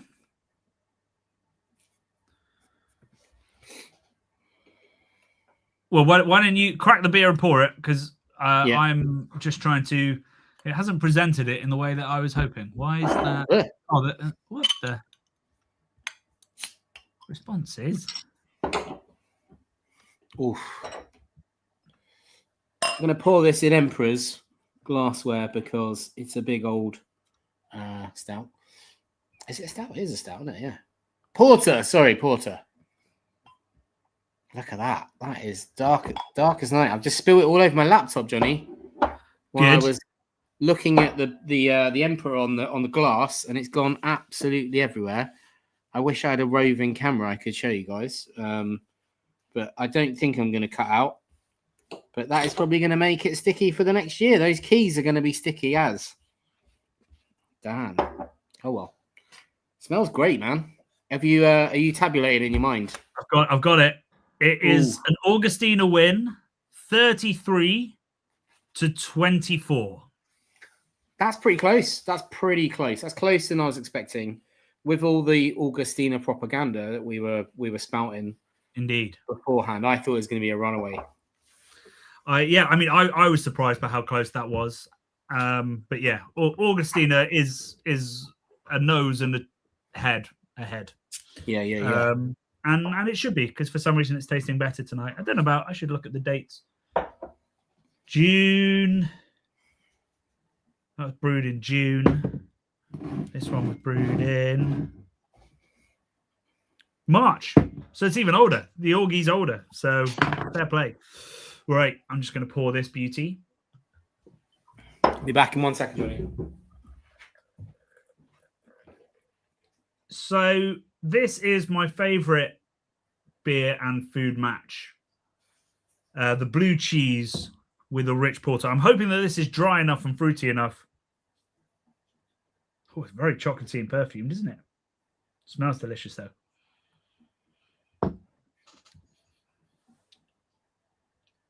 Yeah, that should still work really, really nicely. So there's this odd thing that happens. You put salt with sweet, and the saltiness brings out more sweetness, and it brings out more complexity in these dark beers, while also rounding out the roast and making it feel almost kind of lagery, like light and crisp and exciting, while also rounding out the cheese and stopping it from becoming, as blue cheese can, if you try to session it, quite overbearing. So this is like genuinely is my favorite thing to do. I literally do this of an eve sometimes. Just crack usually Colston Bassett or Stickleton is my cheese of choice. But today I just have a straight up Stilton with its PDO as well, of course. There it is. There's the marbling. That is, I believe, the penicillin. Oh, those crackers, mate. They look great.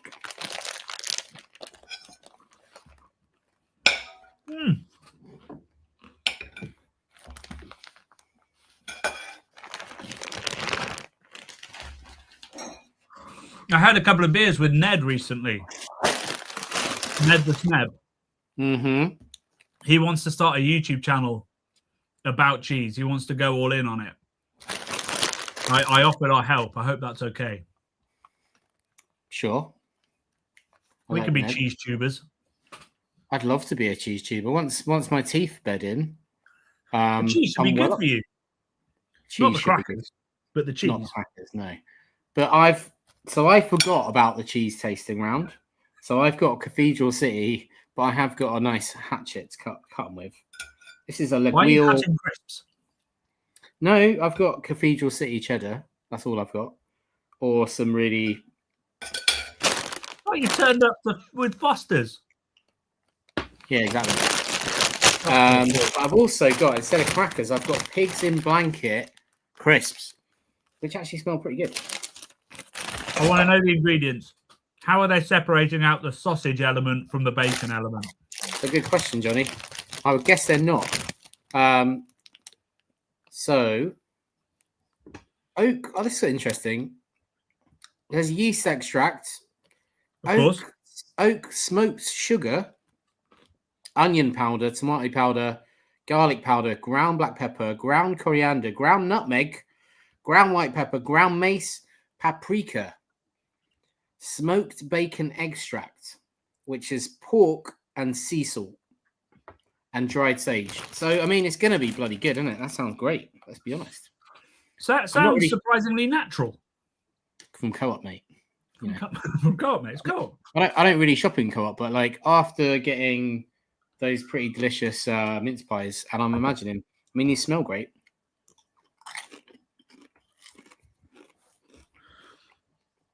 What do people think of the match if you're doing it? I would say the beer is just a touch too sweet, but it's still very good. Yeah, that beer's sweet. That's not usually their way. Yeah. I guess the market. Oh, yeah, lactose. I did not clock that.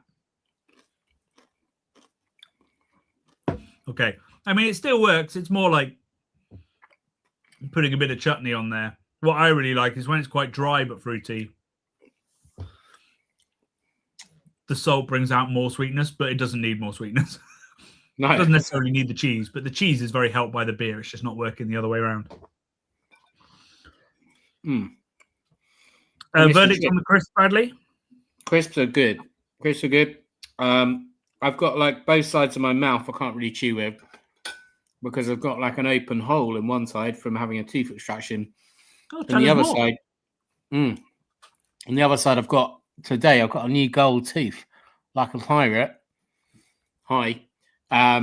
Which is actually supposed to be able to chomp down on, but it's made all of my other teeth hurt.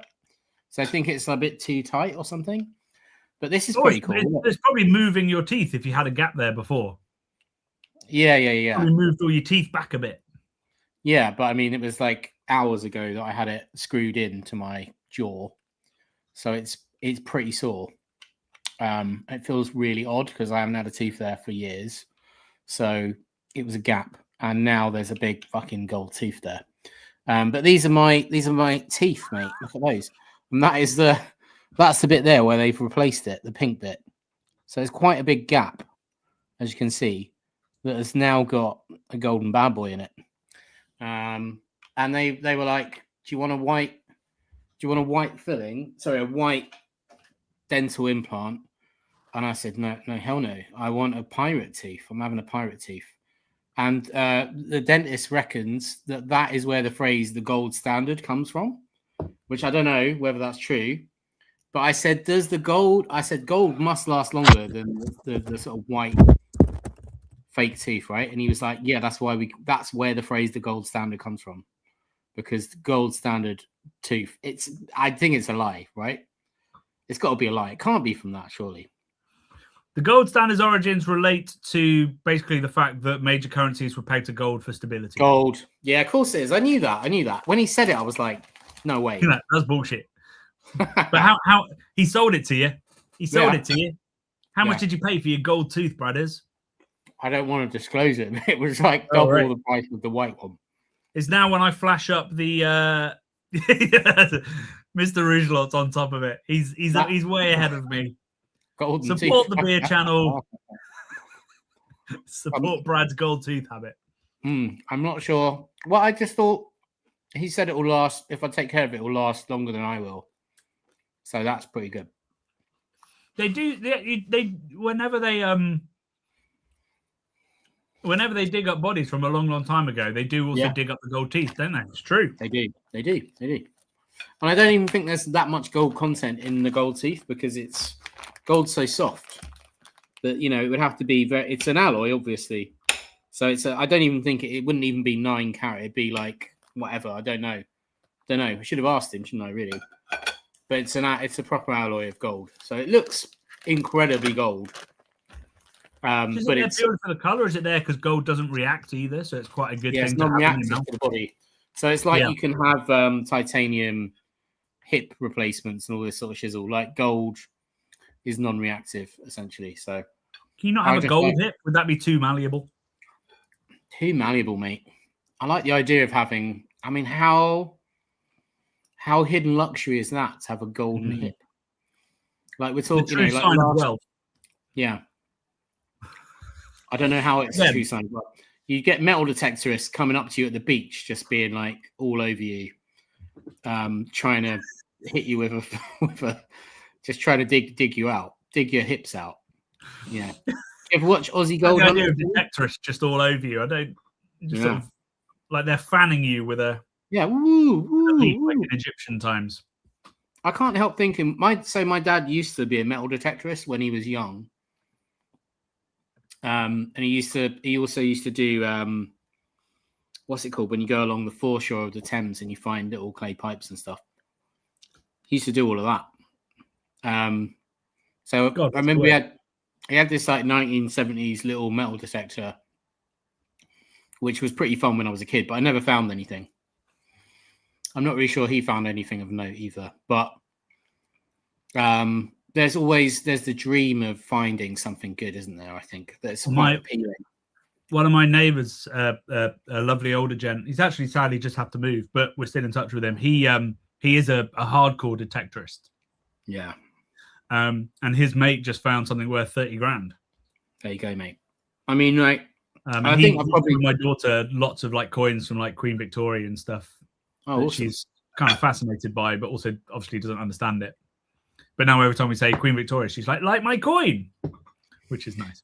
So we've had Reality was just talking about growing up with Time Team. And I always remember Time Team, Tony, and the other fella who was mudlarking. That's the word. Yeah, mudlarking. So my dad used to get up to a bit of that. We had loads of clay pipes and all sorts of stuff. But people do find like beer drinking vessels, which are amazing, that have got big, like almost like Green Man type figures on. I can't remember what they're called, the figures. But there's some in like the London Museum and stuff, like fragments. Quite a lot on the shores of the Thames. This comment section tonight. I don't even understand that. 30k, that's a lot of teeth. What is that in reference to? Because the guy found something worth 30k and you could get a lot of gold teeth. That is a lot of teeth. Yes, sorry. Yeah. It's a callback. It is a callback. It's a callback. And I'm too tired to remember what we're calling back to. But I think we've mentioned it before. But I think Detectorists is a great... If we're talking about things to watch over Crimbo with your family, watch Detectorists. I think it's still on iPlayer, BBC iPlayer. It's definitely on Netflix, probably in lots of different countries around the world, wherever you're tuning in from. It's a very sweet, soft, beautiful, comedic British show about metal detectorists in a small town and their kind of hopes and dreams and lives. And it's just such a beautiful pace to it. And it's really sweet. So go and watch that over Christmas if you haven't already been treated your eyeballs and your ears and your brain to it at this point. Sorry. Agreed. Good show. Yeah. Okay. They do like a pint or two on that show. They do. They're always in the pub. They are always in the pub. Do you know Toby Jones went to my school? Along Everyone with went to Radiohead and David Mitchell and me following in there a long way off. A long way off. I'm following him. This beer is delicious. It's really, really good. And we say it every year, but we do need to get out to Pahala and go see them and sit in a sauna and drink Imperial Stout or Baltic Porter is the dream. Until we pass out, which would be about 5 minutes, probably. Yeah, I mean, I'm terrible at hot. I'm terrible in warm conditions. I hate saunas. I really do. How about warm conditions followed by incredibly cold conditions, followed by warm conditions? Followed by men hitting each other with branches. I'm not sure that bit happens. Does it at the tap room? Oh, I don't know about in the tap room, but that is... Oh, yeah, no, that generally happens. Oh, for sure. Culture, yeah. For sure. But, isn't it? Yeah. Right, so we have two more beers as people are starting to realise in the comments. The next one is the Andechs, the beer that I chose for my beer of Christmas this year, and then we'll be getting on to Stille Nacht, which is becoming a little tradition on our live shows. We always try to get it into the box because it's a beautiful brewery made by mad people, and it's a truly stunning beer. Before we dig into the next beer, and we are on schedule, roughly, we've managed to keep ourselves on the tracks. We're going to take a really quick toilet break. And during that, I am going to show you the reel that I released pretty much at this time last year that went viral and resulted in me being attacked by train nerds, who I presume, if we went to a beer festival based on trains, might know my face and want to murder me. So think about that while we watch this, and Brad and I will be back in exactly 1 minute and 31 seconds time. Have you ever wondered why King's Cross Station is directly over the road from St Pancras Station? The reasoning is very sound. It's beer. King's Cross was the biggest station in the UK when it opened in 1852 as the terminus of the Great Northern Railway. St Pancras was built by Great Midland Railway in 1868, in part to bring India Pale Ale down from Burton-on-Trent to London. That's right, in the mid-1800s, Burton was the brewing powerhouse of the world, and its breweries like Allsop and Bass were super famous for their hoppy, pale and dry IPAs. Thousands and thousands of barrels of which needed to get to London to be shipped around the empire. Until Great Midland Railway came along, that took 3 weeks by barge. So seizing the opportunity, Great Midland Railway signed a deal with Bass and built a train station. Not only a train station, but a train station specifically designed to handle thousands of barrels of beer.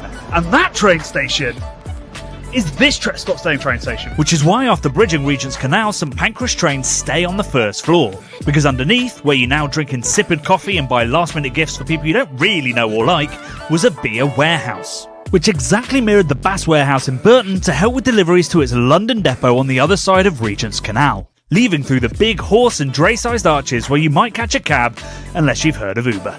If you want to learn more about the incredible ways that beer built the world, buy my book, The Meaning of Beer, out now.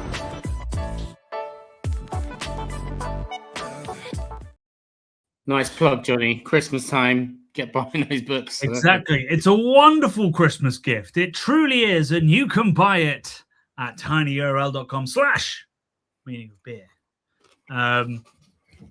Please do buy that. But I do actually, I have another book out next Christmas, all about pubs.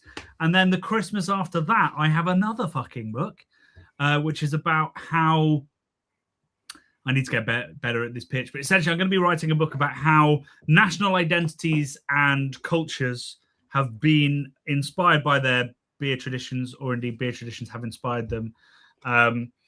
So looking at things like, why is Nigeria the second biggest market for Guinness in the world? Why is chicha such a big thing in South America? Why in Japan do they make sake, which is essentially beer?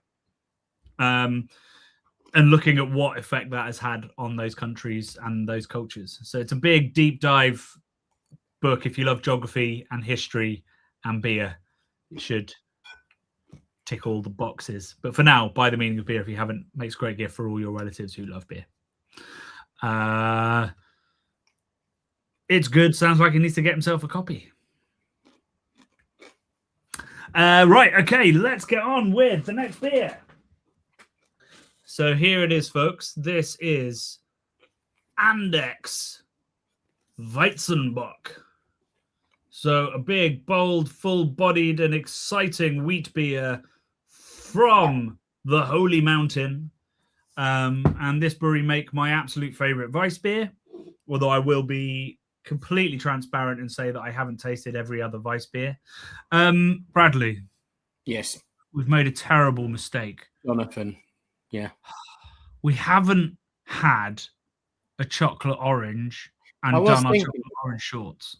I was thinking about that. I was like, I'm sure that should go with the chocolatey beer we just had.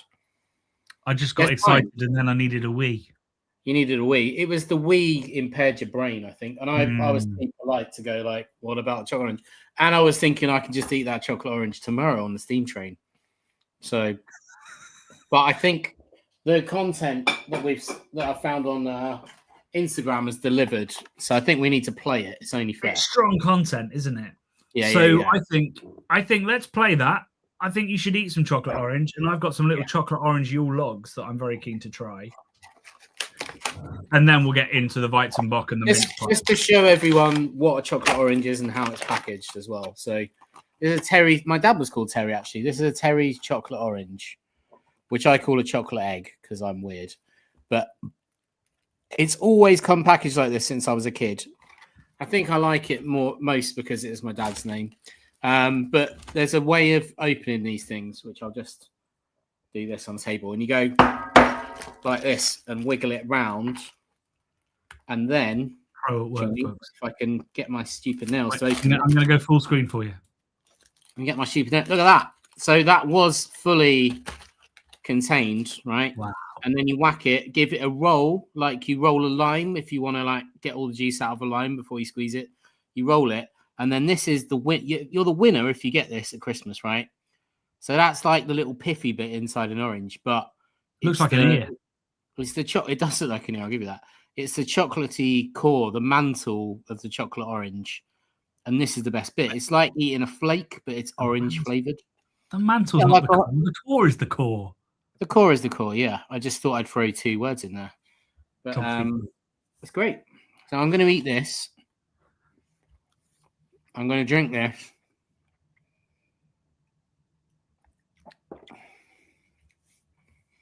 Sublime. Chocolatey AF. And then are we going to watch the history of the chocolate orange? Oh, yeah, sorry. Let's do that.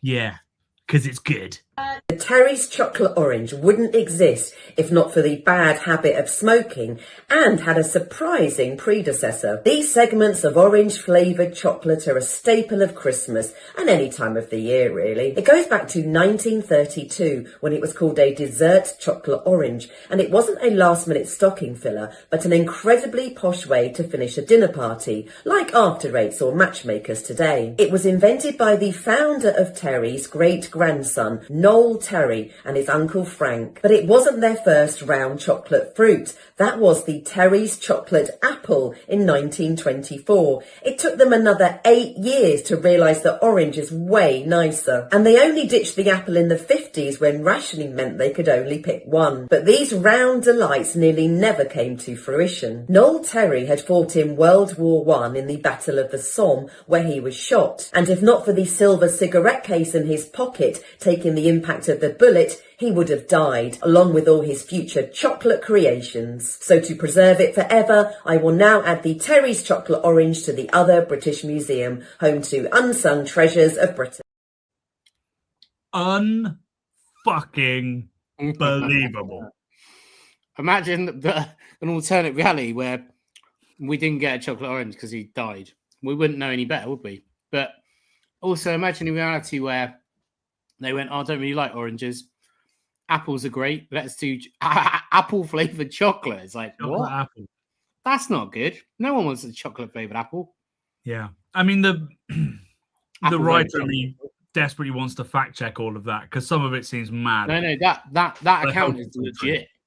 That's a great account on Instagram. The alternative British Museum. The other British Museum. Whatever it's called. It's great. It's excellent. It's an incredible I love it. story. It's basically like your book, but about everything British. Yeah, exactly. And that's why I love it. The main thing I want to question is the bit where she goes like an incredibly posh way to finish your dinner party. Like matchmakers. Like anybody has ever A, finished a meal with matchmakers and B, a posh meal with it.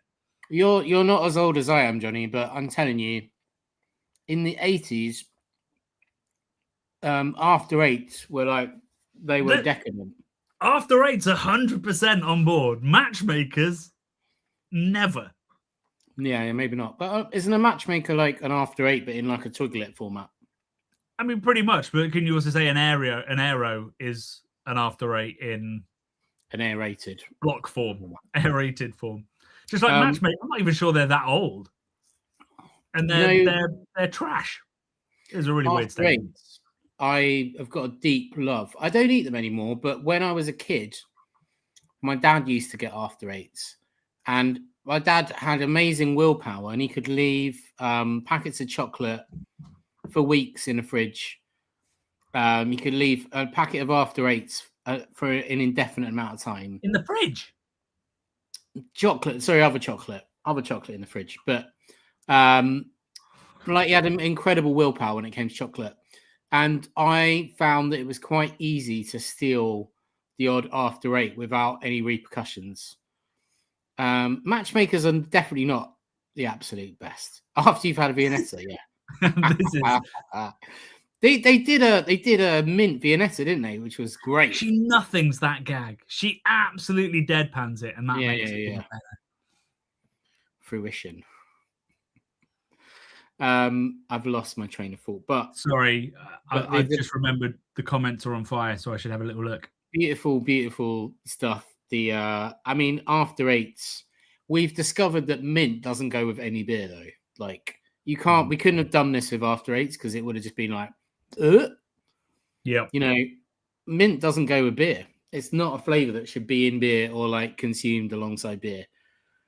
Tell me I'm wrong. I want to be wrong because I love mint. But like, find me something I can eat and drink together that's mint and beer based, and I'm all over it. No. Yeah. No, I reckon they were. The size. Yeah, they were huge, but they were huge. I can remember stealing one out of the little packet. The packets were like such genius elevation of like, oh, this is a special thing. Because it had that little grease paper packet. You get out and I bite like several bites to rather than just like, nope, it's gone. And that was how big it was. Several bites worth, Johnny. Yeah, but haven't you just got bigger? Well, I can tell you how big I am because I've got my teeth here. So they're this big. My teeth are this big. Here is a comparison next to a chocolate orange segment. I just want to say I hate AI, and the AI overviews on Google are just about the worst thing that could happen to objective truth since the Daily Mail opened. But listen to this. So I just Googled quickly to see if there were like verifiable facts. Have After Eights got smaller? Yes. Fact.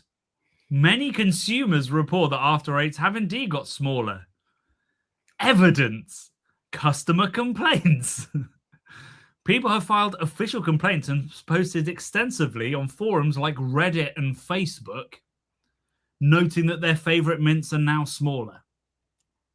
So, as far as AI is concerned, it's open and shut case. It's shrinkflation, mate. They are 100% smaller. But I can remember them being wafer thin as well, like wafer thin. Like so thin. I'm not sure. I haven't had an After Eight in a few years, but I feel like the technology to make them that thin has disappeared. Apparently, they have halved in width, according to What? Reddit. Halved in width? They were already wafer thin. Yeah, but how thin are they now? Are you going to get a paper cut from eating them? Just getting a paper cut. You could murder someone with an After Eight. Probably sugar tax. It's Jamie Oliver's fault. That's what it is. That's the next Knives Out movie. Is someone's been murdered with a packet of After Eights, just sliced them up, about death by 1,000 cuts, like a star, like a throwing star, but it's an After Eight. Yeah. Right. Okay. We do need to move on. So we are now behind, folks. I was boasting about being on schedule. So we are now drinking the Andechs, which when I cracked that open, just smelled of pure foam banana. Pure joy. I honestly think since we did that video in which we said that Hefeweizen wasn't cool, firstly, every week we get a comment from somebody going, "It's all I drink. I love it," and that's wonderful.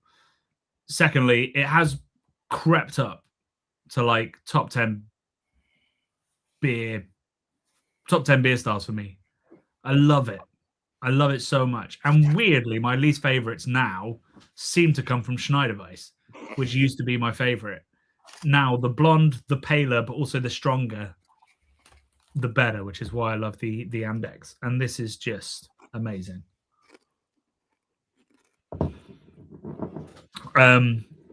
And now we get to the mince pies again. So there was a comment actually on our Christmas video in which somebody said like the filling of these is amazing, but the pastry sucks. And because I'm a studious professional, I immediately went to my kitchen and ate one of my 5-a-day mince pies for December and agreed. Well, I'm going to should have brought a spoon back, mate. You could have like done a Frankenstein on those and like put the mince inside the other pastry body. I'm sure we would all been here for that. Well, we know how to do YouTube content, Bradley. That's why we're flying right now, spooning mince pie into other pastries. It's very crumbly pastry. I don't know what to tell you. It's very, very crumbly. And you want it to be buttery. Crumbly, eh? Crumbly pastry. So it's very short then. Somebody's pointed out that there's 6 points on this star on the mince pie, which means that M&S. Oh my god, 8. How many you got there? 8. You got 8 there. 8. This one's got even more. I mean, they've really. Do you think they're trying to up each other with the amount of points? Could be. It's like a fuck you. Yeah. But I will say, this might be the best mince pie I've ever had. From where? This is M&S Collections range. It's really quite. Show us the packet. Packet back in the house, Bradley. I only brought 2 of each one out because I know what happens to me. but it's a stunning thing, and it's properly filled. It's all the way to the top with mince. It's pretty chock-a-block. Not like this thing. Can you see that where there's a cavernous gap? This is pretty cool. This co-op's not messing around. That's not bad. Look at this. Yeah, that's caved in. It's not even half mince. That's like a mince pie sinkhole. Yeah. I'm not sure where the rest of the filling has gone, but it's disappeared to the core of the earth. But this is amazing. Oh, good stuff. Let's see what other people think.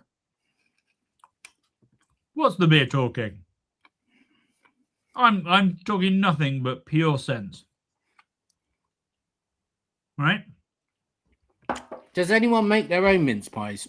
Is that even a thing? Quite a lot of work, I reckon. My mum used to.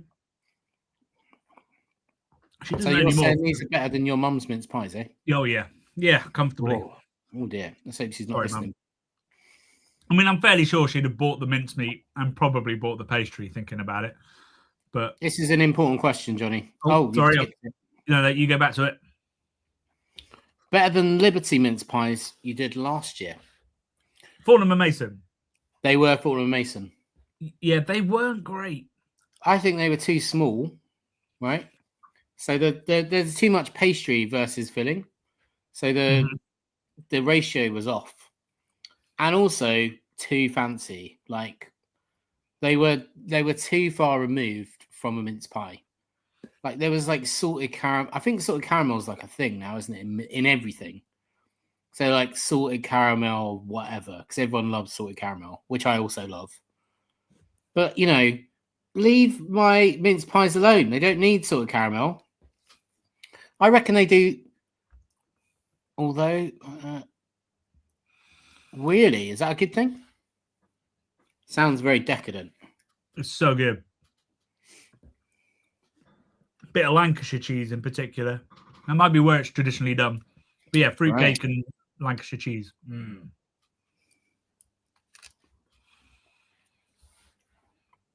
Oh, there you go. Nice. Pastry from scratch. That's a lovely tradition. Yeah. Are we putting mince meat in these things, or are we not from Dickens?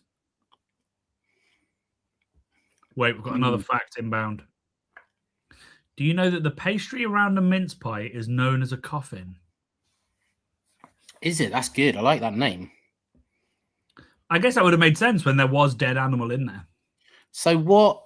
So Ben, you know, like a flock, well, like a group of crows is called a murder of crows. Mm-hmm. What's a group of mince pies called? Is it called like a funeral home of mince pies? A morgue of mince pies. A morgue of pies. A morgue pie. Don't know. Well, I've accidentally stepped on a controversial topic there. Whatever you say, Emma, is right. I'm not wading in. I'm not wading in. So yes, originally the plans for this was that I would get a mince pie from every single shop, but like I say, I was involved in a very small car accident today, and all plans evaporated. And also, we haven't got the budget for that, Johnny. We haven't got the budget. We're not. I think we can stretch to that. Did you hear that? Yeah. I just let a firework off outside my house, which is weird. Pretty weird. Well, it is Friday the 19th of December. I guess so. Oh, well. I wonder what it was. It was like screeching across the sky, Johnny. I thought it might have been an alien invasion for a second before it popped. It's not something Hanukkah related? I don't know. Could be. Oh, maybe. Who knows? I think it's Hanukkah at the moment. Don't know. But if it happens again, take us outside, Bradley. I want to see the fireworks. That's in your house, Johnny. Yeah, exactly. Yeah, I was just thinking every day, mate. A slaughter of mince pies. Every day. Yeah, that's the best one. Massacre's the best one. There was graveyard mentioned, but I can't. Oh, a murder of pies. Pardon me, that wasn't very pleasant. Sorry about that. Yeah, mince pies. Mince pies. I'm baffled by your lack of engagement with mince pies. Do you like hot cross buns? Oh yeah. If you had to choose between a mince pie and a hot cross bun for Christian pastries, which one would you go for? More the fireworks? Yeah. That's tough. I love them both. I think I'll go mince pie. I don't spend a month eating hot cross buns, that's for sure. Spend maybe a week. I reckon, I've never done it, but I reckon you can make a pretty good bacon sandwich with a hot cross bun. Like if you really did like a proper, candy bacon sort of vibe, bacon sandwich in a hot cross bun, that'd be great. I mean, I'm fairly certain M&S do that too. But they don't do bacon sandwiches. What do you mean? We can get coffee there. They've got cafes. There's no way they've done that. We're coming out with that next year. I reckon they've done it. I reckon they've done it. Shandy bacon, boys, hot cross bun, M&S. No. Yeah, it's right there. Bacon hot cross bun. Yeah. Bacon and egg and avocado. Goodness me.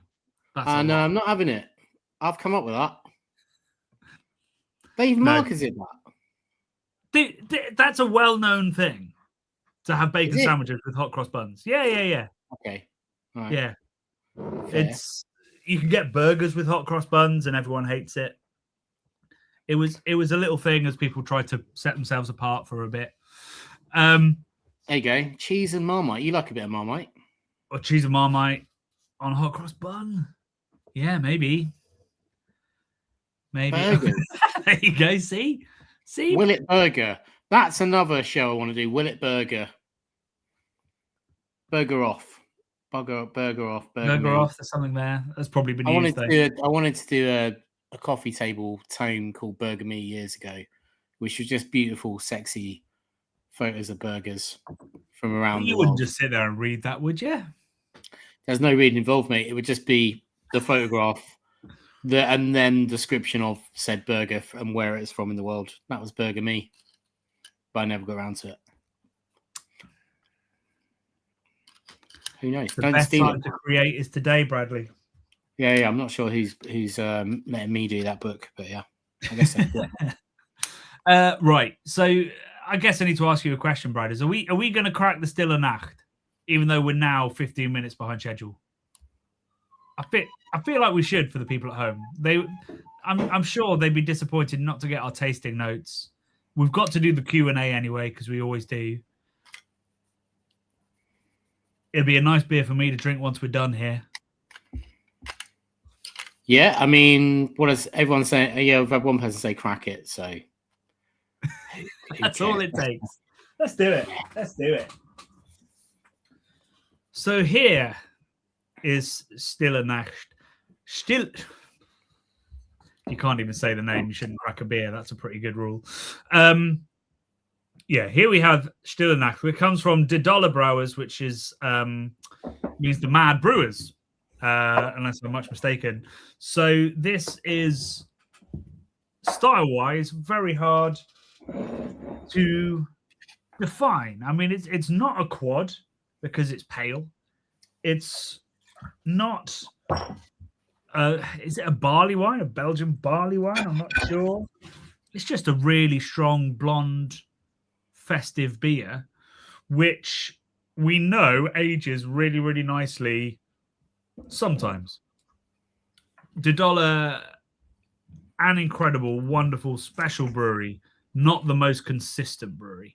And I've had many flat versions of this beer, and I'm hoping I'm about to get a... I love that it's got a little bow tie on it, you know? It does, doesn't it? It does have a dainty bow tie. Is that like a Budweiser reference? Doesn't Budweiser had like a bow tie on it? Sort of. They have the bow tie, don't they? It does, but I very much doubt it is. Woo! Just about. I think it's probably a reference. I believe so. The mascot of the brewery, who here is presented as like a slightly blobby snowman, he's supposed to be a yeast cell. He looks more like a yeast cell on their other labels. Yeah, I think he has a bow tie, and if you go to the brewery, has a big bow tie on. So I think it's just a reference to that. Somebody's asking what year it is. I guess it'll be this year's. Where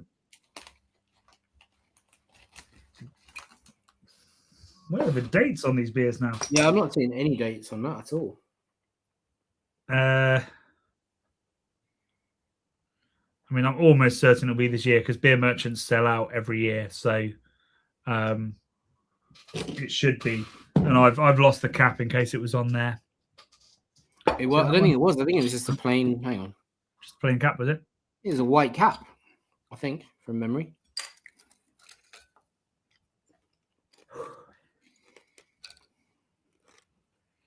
What are you getting, Bradders?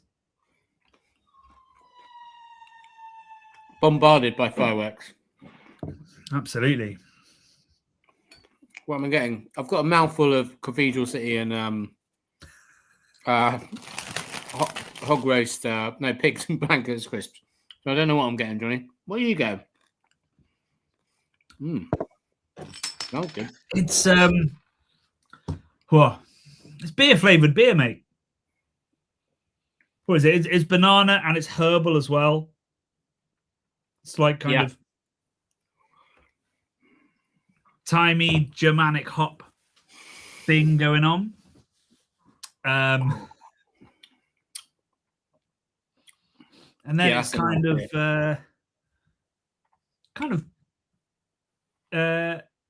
Pano raisin. Pano raisin. Yeah. Okay. Like raisins, icing, croissant-y, brioche, sweet pastry vibes. But it is quite dry and it's quite almost licoricey on the finish. It's got a bite to it, which isn't like a hot bite. It's got... Yeah, it's like a medicinal kind of thing. Yeah, medicinal is probably the right word. Yeah. Kind of a slightly medicinal finish. I think, well, actually, one of the best experiences in beer, sorry, not best experience, no, best experiences, best beers I've ever had was when we went to Dollar and I made a quite shit film, let's be honest, but we weren't there for very long. I wanted to film it. Chris is an amazing human, the guy that runs the brewery, but his English isn't perfect and he's a slightly odd character. And it didn't come together great and it was too noisy. It's one of my great regrets, actually, when it comes to filmmaking. I didn't do a good job. But while we were there, we got to go around and he had a giant, I forget what you call them, where you put your finger on the end, you dunk it into a barrel, put your finger on the end, bring it up, and it's sucked up some of the beer. And he was doing that with some Reserva Stille Nacht. And it was the most beautiful thing. My memory of it was... I think it's called a Thief. Yeah, I think you're right, Simon. It tasted a bit like really sweet, beautiful, cloudy apple juice. It was really sweet, loads of apple character, kind of banana-y.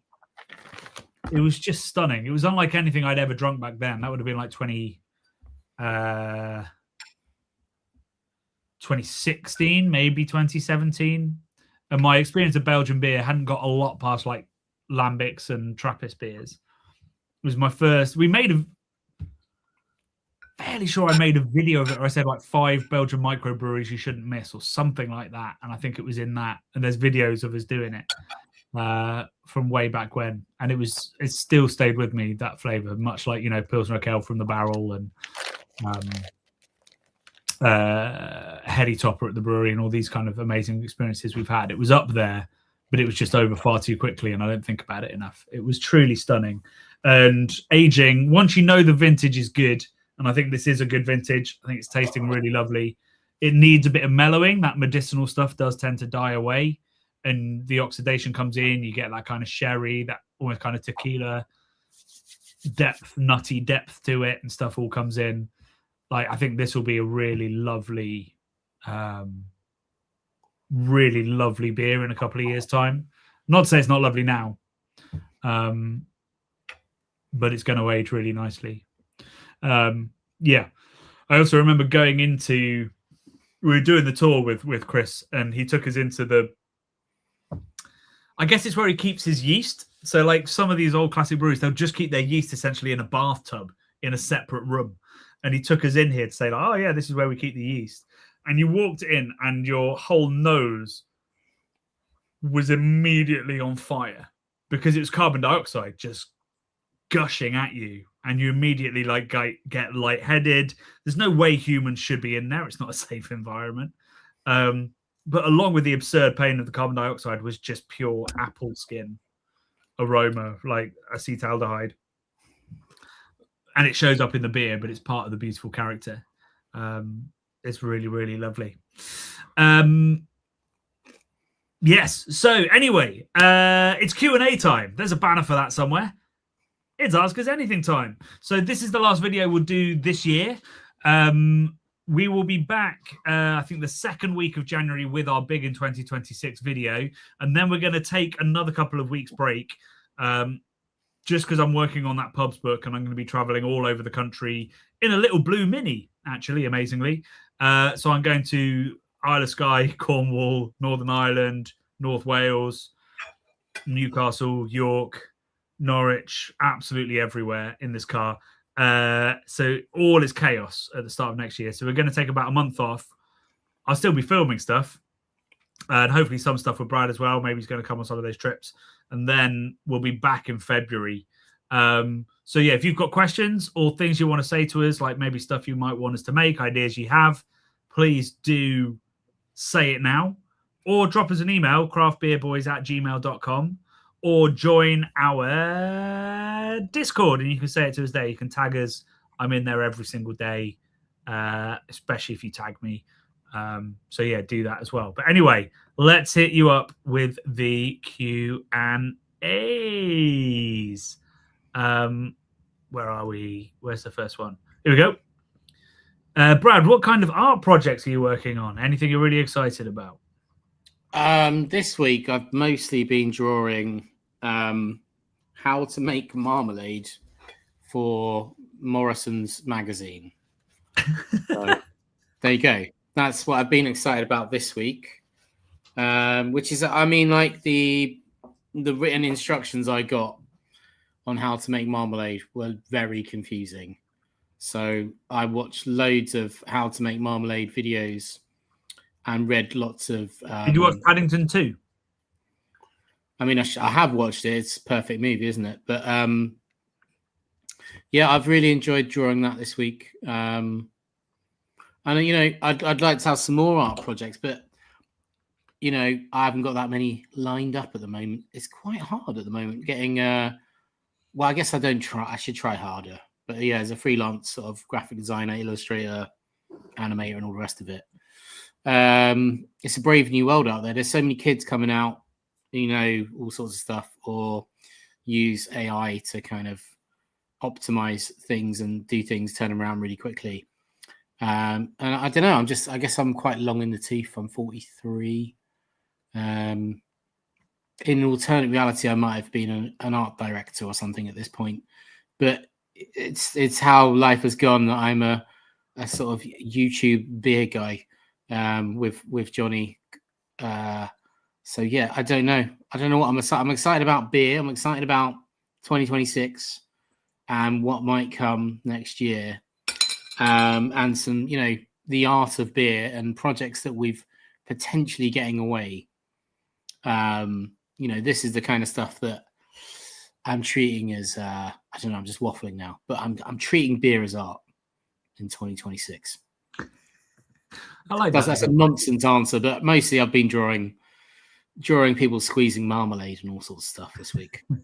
Yeah. Clubman asked, will there be a follow-up video on the best Velleteran when the recipe is done? So something we're looking at doing next year. Like, sponsorships have become much harder to come by. Well, they were always quite tough, but it's more tough than it's ever been. And our ad revenue has fallen off a cliff. So we're really focusing on Patreons next year is the plan. So we're going to be producing for the first time, like, Patreon exclusive content. So lots of this stuff will be extended interviews. So stuff where we've cut down a video to 25-30 minutes, but we spent an hour with the founder of some amazing brewery. We're going to be releasing those as full episodes, and I think part of that will probably be some homebrew specials. So in the Discord forum, actually today or yesterday, somebody was like, could you do some live shows where you're brewing? And that is minimal effort for me. Every time I brew, I could do a live show, and we can make that a great Patreon perk. You can just join me for a portion of, or for the whole of the homebrew days, and ask questions, chat away, and watch me brew and probably drink. But yeah, so I think probably best for lettering. That recipe is not perfect. I'll be doing another batch after that break I need to take to do the book. So probably late Feb, early March time, I'll do another batch. And if that works out, I'll release that recipe. And I might try and do a video for Patreons on that. And then do like a short video just to everybody else going, hey, I've perfected the recipe. This looks great. It tastes right. So short answer, yes. Long answer, probably only for Patreons. What pub am I going to on the Isle of Skye? Oh, sorry, Brad. No, we just had two amazing super chats. Oh, shit. Okay, I'll do Callum's and then we'll do the super chats. The Stein Inn is the pub that I want to go to on the Isle of Skye. But the main one I'm going to be writing about up there actually is just as north as the Isle of Skye, but it's the Applecross Inn, which is across the water back on the mainland, which has its own brewery and is a beautiful pub right on the water. It looks like a truly stunning location. And I'm going to do a feature on them for the book. And I'm hoping a video, because the more and more I talk to the lady, Judith, I think her name is, she's been there 37 years and must have so many stories to tell of running a super fucking remote Scottish pub and brewery. Super chat me, Bradders. Oh, okay. This is a lovely one. Go on, Johnny. Merry Christmas. Thank you for another excellent year of content. And anyone watching, if you're not part of their Patreon, you should be. As two queer women, we've never felt safer in a group. I'm so glad to hear that, Emma. I really appreciate that. It's not something we've had to work super hard at. It's something that we've always wanted, but we've attracted so many lovely people as well that it's just come together as this super safe, kind space. And I'm so glad to hear that you feel completely comfortable and safe there. That's lovely to hear. And yeah, I'll be up in Yorkshire in a couple of months. Not a couple of months, I think a couple of weeks. When am I in York? I think end of Jan. And I might try and do a meetup maybe in York at the Bluebell or something. So watch that space. Thanks so much for the super chat and all your support. Thank you, guys. Means a lot. Thank you. Thanks for everything this year. Happy holidays to you both and everyone watching tonight. Johnny, where did you get the jumper so I can avoid them? Brutal, but fair. And I like that your little thing is a mint Terry's chocolate orange, which I never understood. Why is a mint orange? Why is it? I mean, I understand the. It should be a leaf shape. Yeah, should be. You're right. They should have done something else, shouldn't they? Should have made it apple. No, not apple, but something else. But that is a very generous super chat. Thank you, Adrian. That's very kind. That's more than my jumper cost. That's more than jumper cost. So shout out. Where did you get your jumper, Johnny? Let's see it in all its glory. Where? Sorry, Cotton Traders. Oh yeah, sorry, you did tell me this the other week. Yeah. I think it was on I was like, but that's not a real shop, and you said there's one near you, like a real bricks and mortar shop. No, near my wife's parents up in Lincoln. Oh, okay. No, it was in the Peaks. It's in the Peak District that I got this from. Yeah. Let's have a look at it. So you've got little lambs, and some of them have got Christmas hats, some of them don't. There's one. Yeah, I thought that was a bit weird. Only one. You get like 2.5. Oh, yeah, because it's a quality jumper. Yeah, I don't know why one right at the front just doesn't get a hat. I mean, it's trash, but I was looking for any kind of silly Christmas jumper that would make my daughter smile, but was actually made of cotton, because most of them are polyester now. And if you put that on at Christmas and you stand within a meter of a fire, you're done. There was a period of time when you could get loads of cool bands were like making heavy metal Christmas It jumpers. was. Every year, I think we need a craft beer channel one, and I don't speak to you quick enough about it. I've actually made a 1-of-1 Christmas jumper in my very early days as a graphic designer. I was about 20 years old for Jamie Oliver for a Jamie Oliver Christmas show. I can't even remember. I think it was just called Jamie at Christmas years and years ago. And the DVD, my idea was like make the DVD cover a legit knitted jumper that said Jamie's Christmas, I think it said on it, knitted in. So it cost a lot of money, and it was a machine, I think, that knitted it. So I did some sort of graphics and a computer program, knitting program, converted it and made this 1-of-1 Jamie Oliver Christmas jumper, which we got him to wear as well in a photo shoot.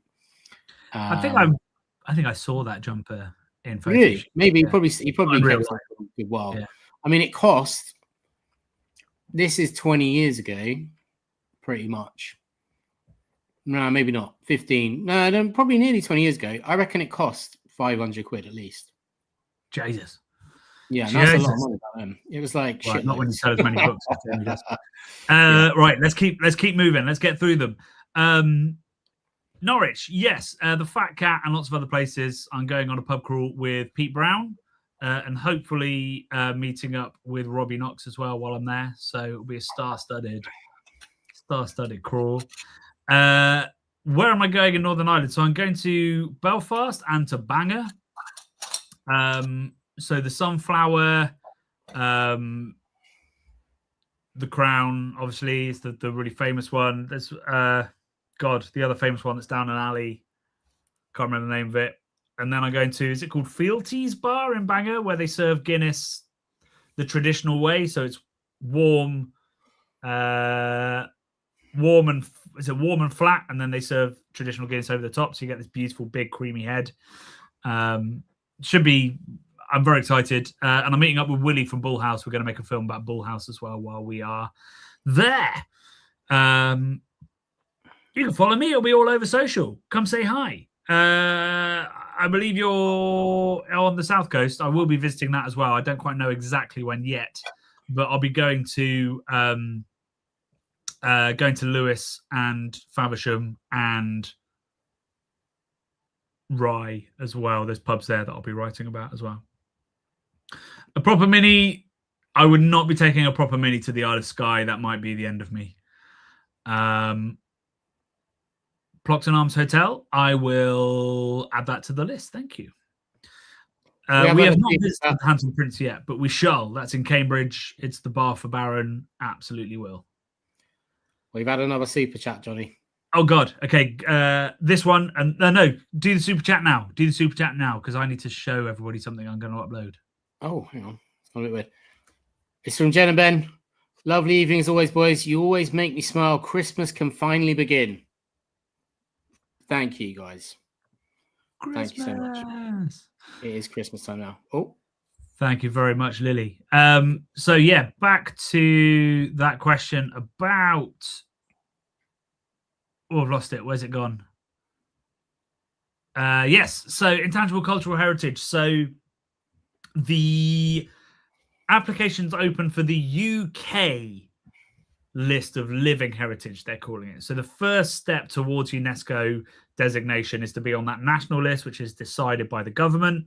And from that list, they will pick things to go forward to UNESCO. So we need to get on that list first. Expressions of interest, not the submissions themselves, opened a couple of weeks ago.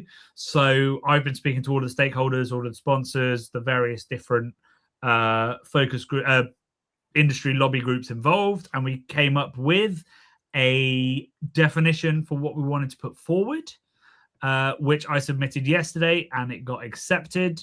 And you can see it. See it here. Where's that comment gone? I'll get rid of that. So it's now been accepted. So it is now live on a UK government website as Carscale Culture, alongside lots of other exciting and unusual things. So yeah, the definition we went with this isn't all of it, but cask ale is naturally fermented in the barrel it's served from. Because final conditioning happens in the pub, it requires specialist knowledge on the part of the brewer and the publican. And then it says something like it's unique to the UK and encompasses different serving techniques and historic beer styles. And that's about it. So it's just literally you got 50 words to describe it. That's a submission of interest, and we go from there. So lots to think about and do next year. So it is coming together slowly. Right, where were we in the comments? I've just realised, Johnny, that we didn't show arguably the better clip about a Terry's chocolate orange. No, we showed the best one by a mile. Okay. The other one was just an American making a dick of himself, really. Which is always good fun. Well, yeah, I mean, that does have its value. Let's see how we do with the questions and come back to it. Okay. Pub meetups. Yes. I will, once all the dates confirmed, I will start to announce them so long as I've got enough time in the pub to do the interviews and stuff like that. When the inevitable zombie apocalypse occurs, what are your weapons of choice, Bradley? I mean, Negan wire wrapped baseball bat's pretty good, isn't it? I feel like that's pretty solid. Like, you don't want anything that uses ammunition or petrol. I also really like crossbow. Probably crossbow over an actual bow and arrow. But you gotta keep making or keep an eye on your arrows. I've always thought that was a tricky one. Did they ever address that in The Walking Dead, where he gets all his arrows from, his bolts? Well, you see him plucking them out as he's going around, Daryl. But like, he's got like a sporting bow, hasn't he? So I think they are like to be reused like a bunch of times. Those arrows. So I'd probably go. Baseball bat with a side of crossbow. You know, as a kid, I always really wanted a mini crossbow. So I'd like every like Christmas, I'd say, can I have a dog and a mini crossbow, please? And a moustache. I wanted a moustache. So one birthday, my parents glued on a moustache when I was about 5 years old. I think they chopped some of my hair off and glued it on when I woke up in the morning. I had a little moustache. It's wild. Yeah. Jasper, I must confess I haven't tried any of those styles, to be honest, but it is something I'm really interested in, particularly with not the pub book, but the next book. So yeah, maybe one day. Thank you for the inspiration. We need to do a video on that's been percolating for a while and we've never quite got. Yeah. I wanted to do an Instagram called Only Cans, but someone beat me to it. So, and that would have been just beautiful can artwork. Yeah, I mean, I'm always skeptical of riffing off of male gazy things like that, and then there's plenty of dudes and all kinds of people on there making an honest buck, man. It's not all just about male gaze. It's still the male gaze if they're looking at men. Anyway, there's women looking at men. There's all sorts going on that. I'd say it's they're just creators like us, mate. We need to band together, solidarity with the creators. Any project on the horizon we're both excited about? It's got to be the next Prague trip, which we have a killer idea for and just need to get it together. Yeah. So it will happen. Really hope. Where's the next question? People are just chanting Yorkshire, Yorkshire, Yorkshire.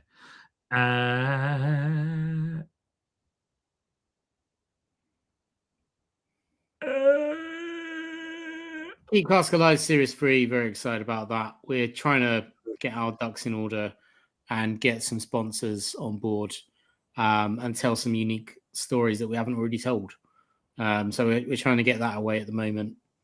and looking at it. It costs a lot of money to make such a deep dive series, such a commitment to kind of make this long form stuff. So yeah, it's always a struggle, but we're kind of making some headway. Yeah, we're getting there. Bit random, but have you ever thought of making a video about how ale used to be made in medieval times and trying to recreate it? I really like that the YouTube channel called Townsend. I think it's called Townsend's. Yeah, which I've sent you a load of times. You're like, yeah, I know about it. But it's like, living in the 17th century, I suppose, like American kind of early settlement. So they live. It's like a historic living kind of thing where they're brewing and doing everything in a way pre-industrial era kind of way. It's a super cool channel. The reason I've never done it is because I have real it would be really hard to do, essentially, to do it effectively. Like, it's very cool when historians do it because they can do it from a historical perspective, and if it doesn't work and it tastes terrible, that's still part of the story. But it's really hard to recreate stuff using equipment that we can't get hold of, processes we don't fully understand often, ingredients that have changed completely over 300 years. It's like whenever Dogfish Head, they've done chicha beer, they've done all kinds of sort of historical thing. They tried to recreate some Egyptian beer and stuff like that. It never tastes or looks anything like it, and it feels a bit stunty. So I've never come across a story where I've been like, that's one we could do. But if we do, then we definitely will. And the Pilsner homebrew recipe I want to do will involve some of that, but it will be back to 1842, so it won't be that crazy. We've got great written records, flavor records. We still grow the same varieties of hop and of malt, so it's easier to do. And I also think that probably other channels are better at it, but I might be wrong. It's something I'd love to do. Maybe I need to spend a bit more time thinking it through about how it would work for us.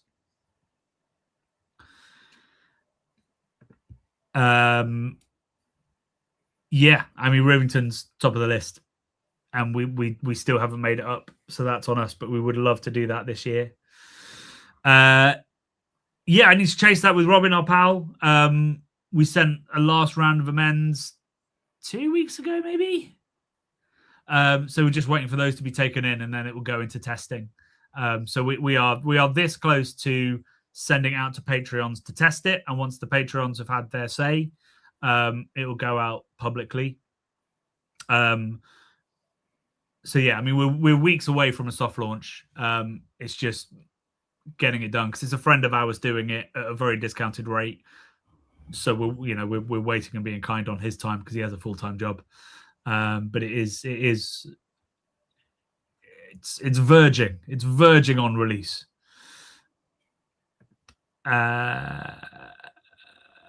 Railway Porter, 5 points on cask. There's nothing better.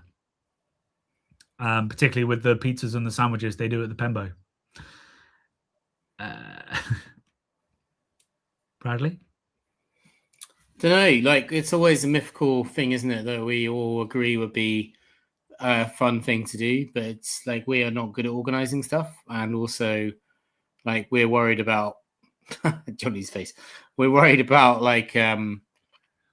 yeah, I don't know. We've had a bad year financially, so taking on any sort of risk like that could be like end of craft beer channel. Like if we were to be like, well, we're going to hire a bus, and then we're going to like rent a hotel and like do all this sort of stuff, it could take us down. So I'd say, I wish we could reach a point where we'd be like, we've got a plan, we're going to lock people in, you pay whatever, and then you're on the bus, and we'll go to Belgium, we'll go to wherever. I guess it could be Bristol or wherever. It could be anywhere, really, couldn't it? But this idea of the Brad bus, it's out the Brad bus, good name, but I mean it'd be the Johnny and the Brad bus. Obviously, I will be very much chatting to everyone and telling them not mythical stories of nonsense, and Johnny will be, giving us all great knowledge on beer as we're going, and probably trying to flog the latest book, I imagine, as well. But it's a great opportunity to all wear. It'll be part of the ticket price, the book. That's not, we'll chuck the book in, obviously. But we're like Brad Bus t-shirts could be great as well. But when we're a little bit more stable, that'll be a nice thing to do for sure. And I think we owe it to everyone as well to kind of try and do it. But it's, it always worries me because I'm a man of a certain age. When you reach a certain age, you realize that even trying to organize friends to go for a beer is like impossible because no one can ever decide to meet and actually commit to doing something on the same day. So I can just imagine trying to do that with like 40 beer nerds would be like herding cats. And we could lose our shirts doing it. That sounds a bit doom and gloomy, but I guess I'm just a realist, maybe. So when's the Brad Bus? To be confirmed, but would love to. TBC. Yeah. But the Brad train could be a good shout, right? Because we could all turn up at a train beer festival and just do a fun thing, potentially. Yeah, I think so. Or if we ever did the Brad Bus, it might be something where we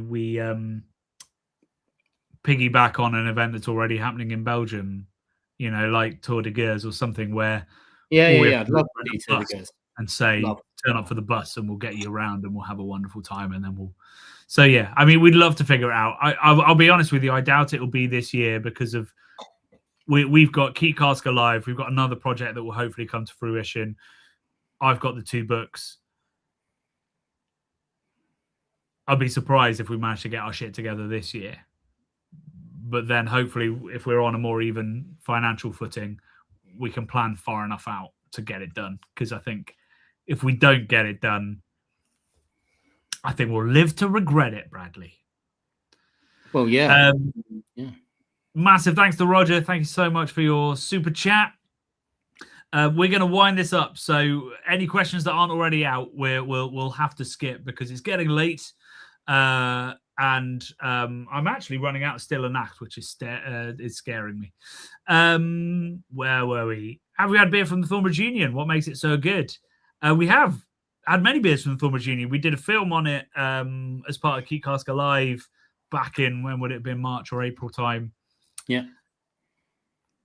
As to what makes it so good, even Thornbridge don't really know. It's around things about the way that the yeast gets to behave within that mad contraption, to do with the recipes that they're putting in and the wonderful team that do it.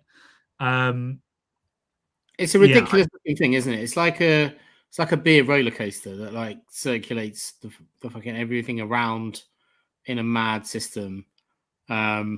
That's sort of open. I was expecting to be fully open. They did have a big sheet of perspex or acrylic over the top of it, which made me a little bit sad.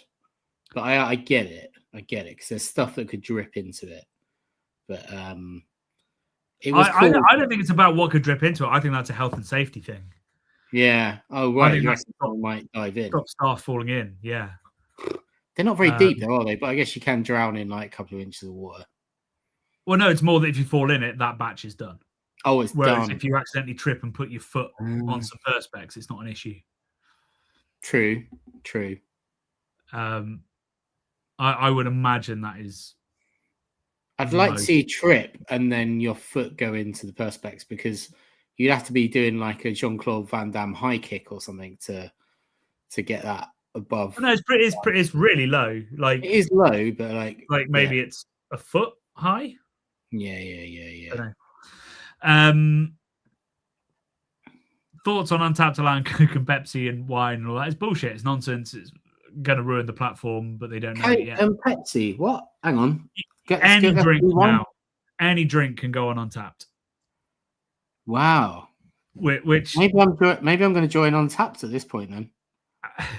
I mean, it creates a huge issue because the issue with Untapped has been the fact that lesser, it sounds really snobby, but lesser experienced people who don't necessarily know about beer, but also don't know how to review, has skewed the scoring so much that it's become a less helpful platform. if you have people able to check in, you know, if you've got wine lovers checking in beer, beer lovers checking in wine, vodka, whiskey, Coke, Pepsi, you just lose any hope of getting genuinely helpful data from it. So I think it's a real mistake. And if they wanted to bring in more people, they should have had separate apps, and really focused on Untapped becoming more of an authoritative and helpful thing, like Rate Beer was. Rate Beer, for all its flaws, was a much better system at rating beer. I remember going to Rate Beer Best Festival in California. It must have been about 8 or 10 years ago or something. It was a long time ago. And that was the first time I met Henok and Carl from On the Pollo. And they were wearing like matching American varsity jackets that had like On the Pollo like embroidered on the back and stuff. And I thought that was cool. They were like serving ice stuff. That was a great festival. We only went 1 year. I don't know how long that lasted for, but it was like, I think that might have been peak craft beer festival shenanigans. It was like very utopian, peak, silly, like craft's gonna like win, everything is gonna like be amazing, the world's on the correct timeline. And it was just like, it just seemed like nuts, that place, which is probably why it's still not going. But like, there were loads of legendary people at it, loads of incredible beers, great location. It was in like an aircraft hangar or something, wasn't it? It was huge. It was very cool. But anyway, Rate Beer. Yeah, I mean, what we didn't know was that they'd already sold to AB InBev by the time that festival happened. So it was a really interesting time, I would say.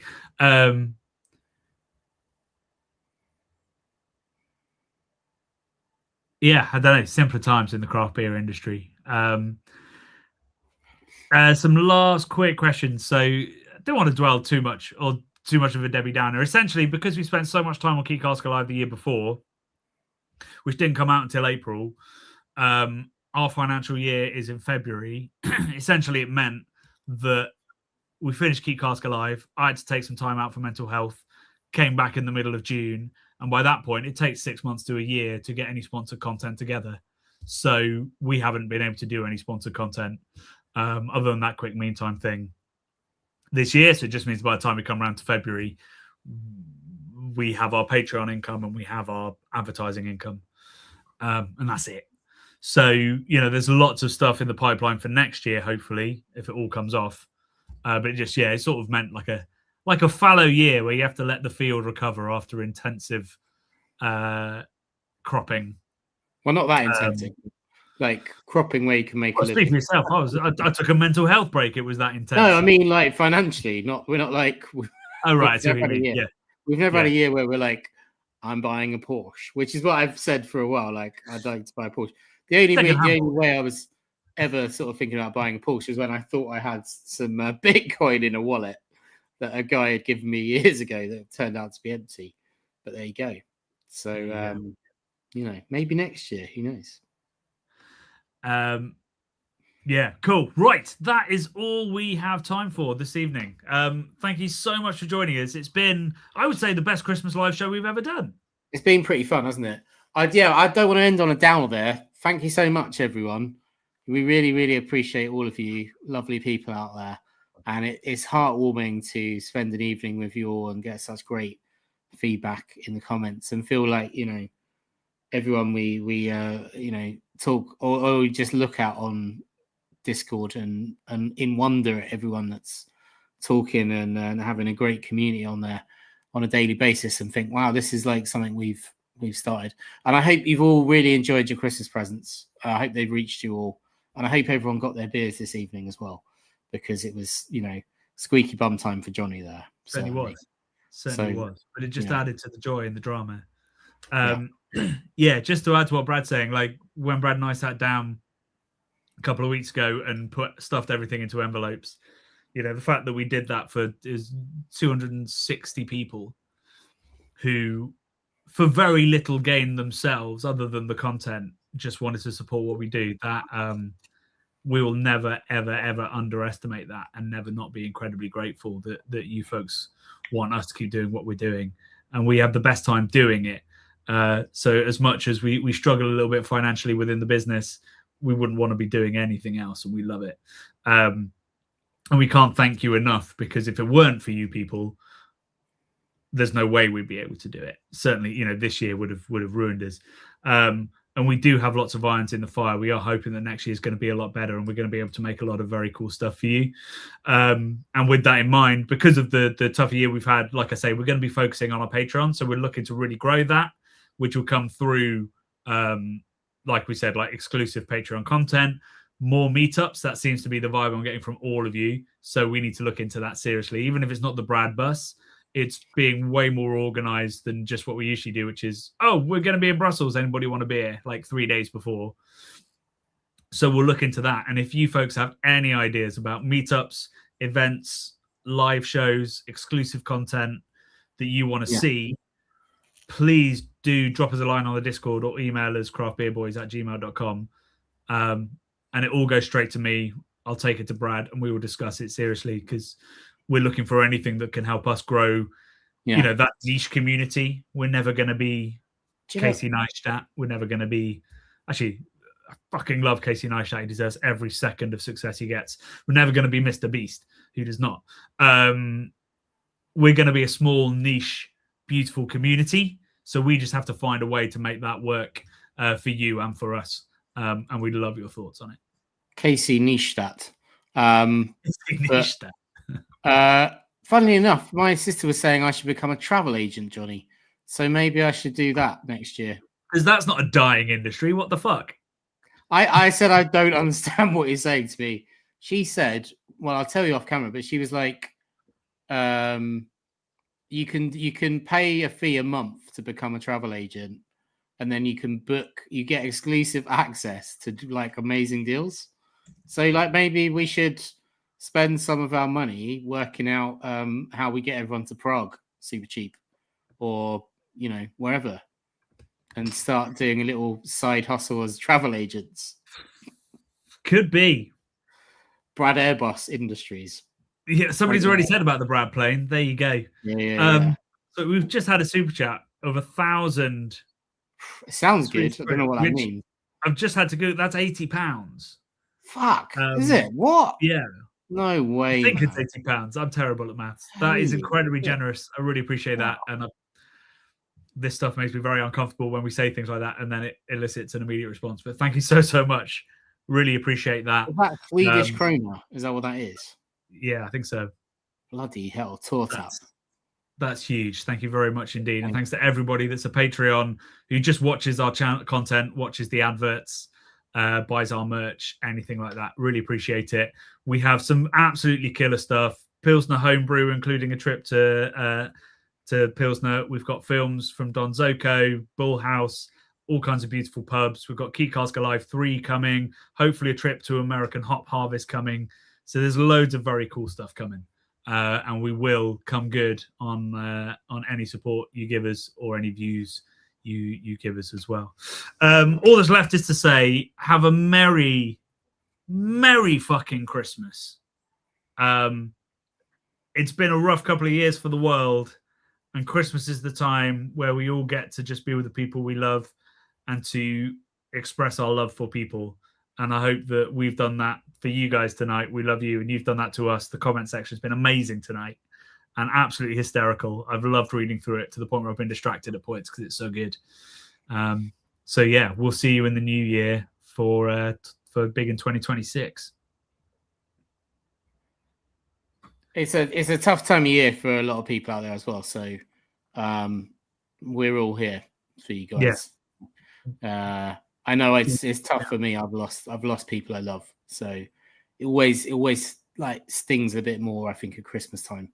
So you're not alone, and talk to your friends, and we're your friends. So give us a message. But love and beer, and 2026. Let's hope we're not all nuked, or anything else. They keep peddling this is going to happen World War III. I'm like, till the nukes, Jesus. Better not happen. World War III. We're trying to get. I don't know about World War III. We're trying to get Keep Cask Alive 3 off the ground, Johnny. He's tried to twist it. Here's the no nukes in 2026.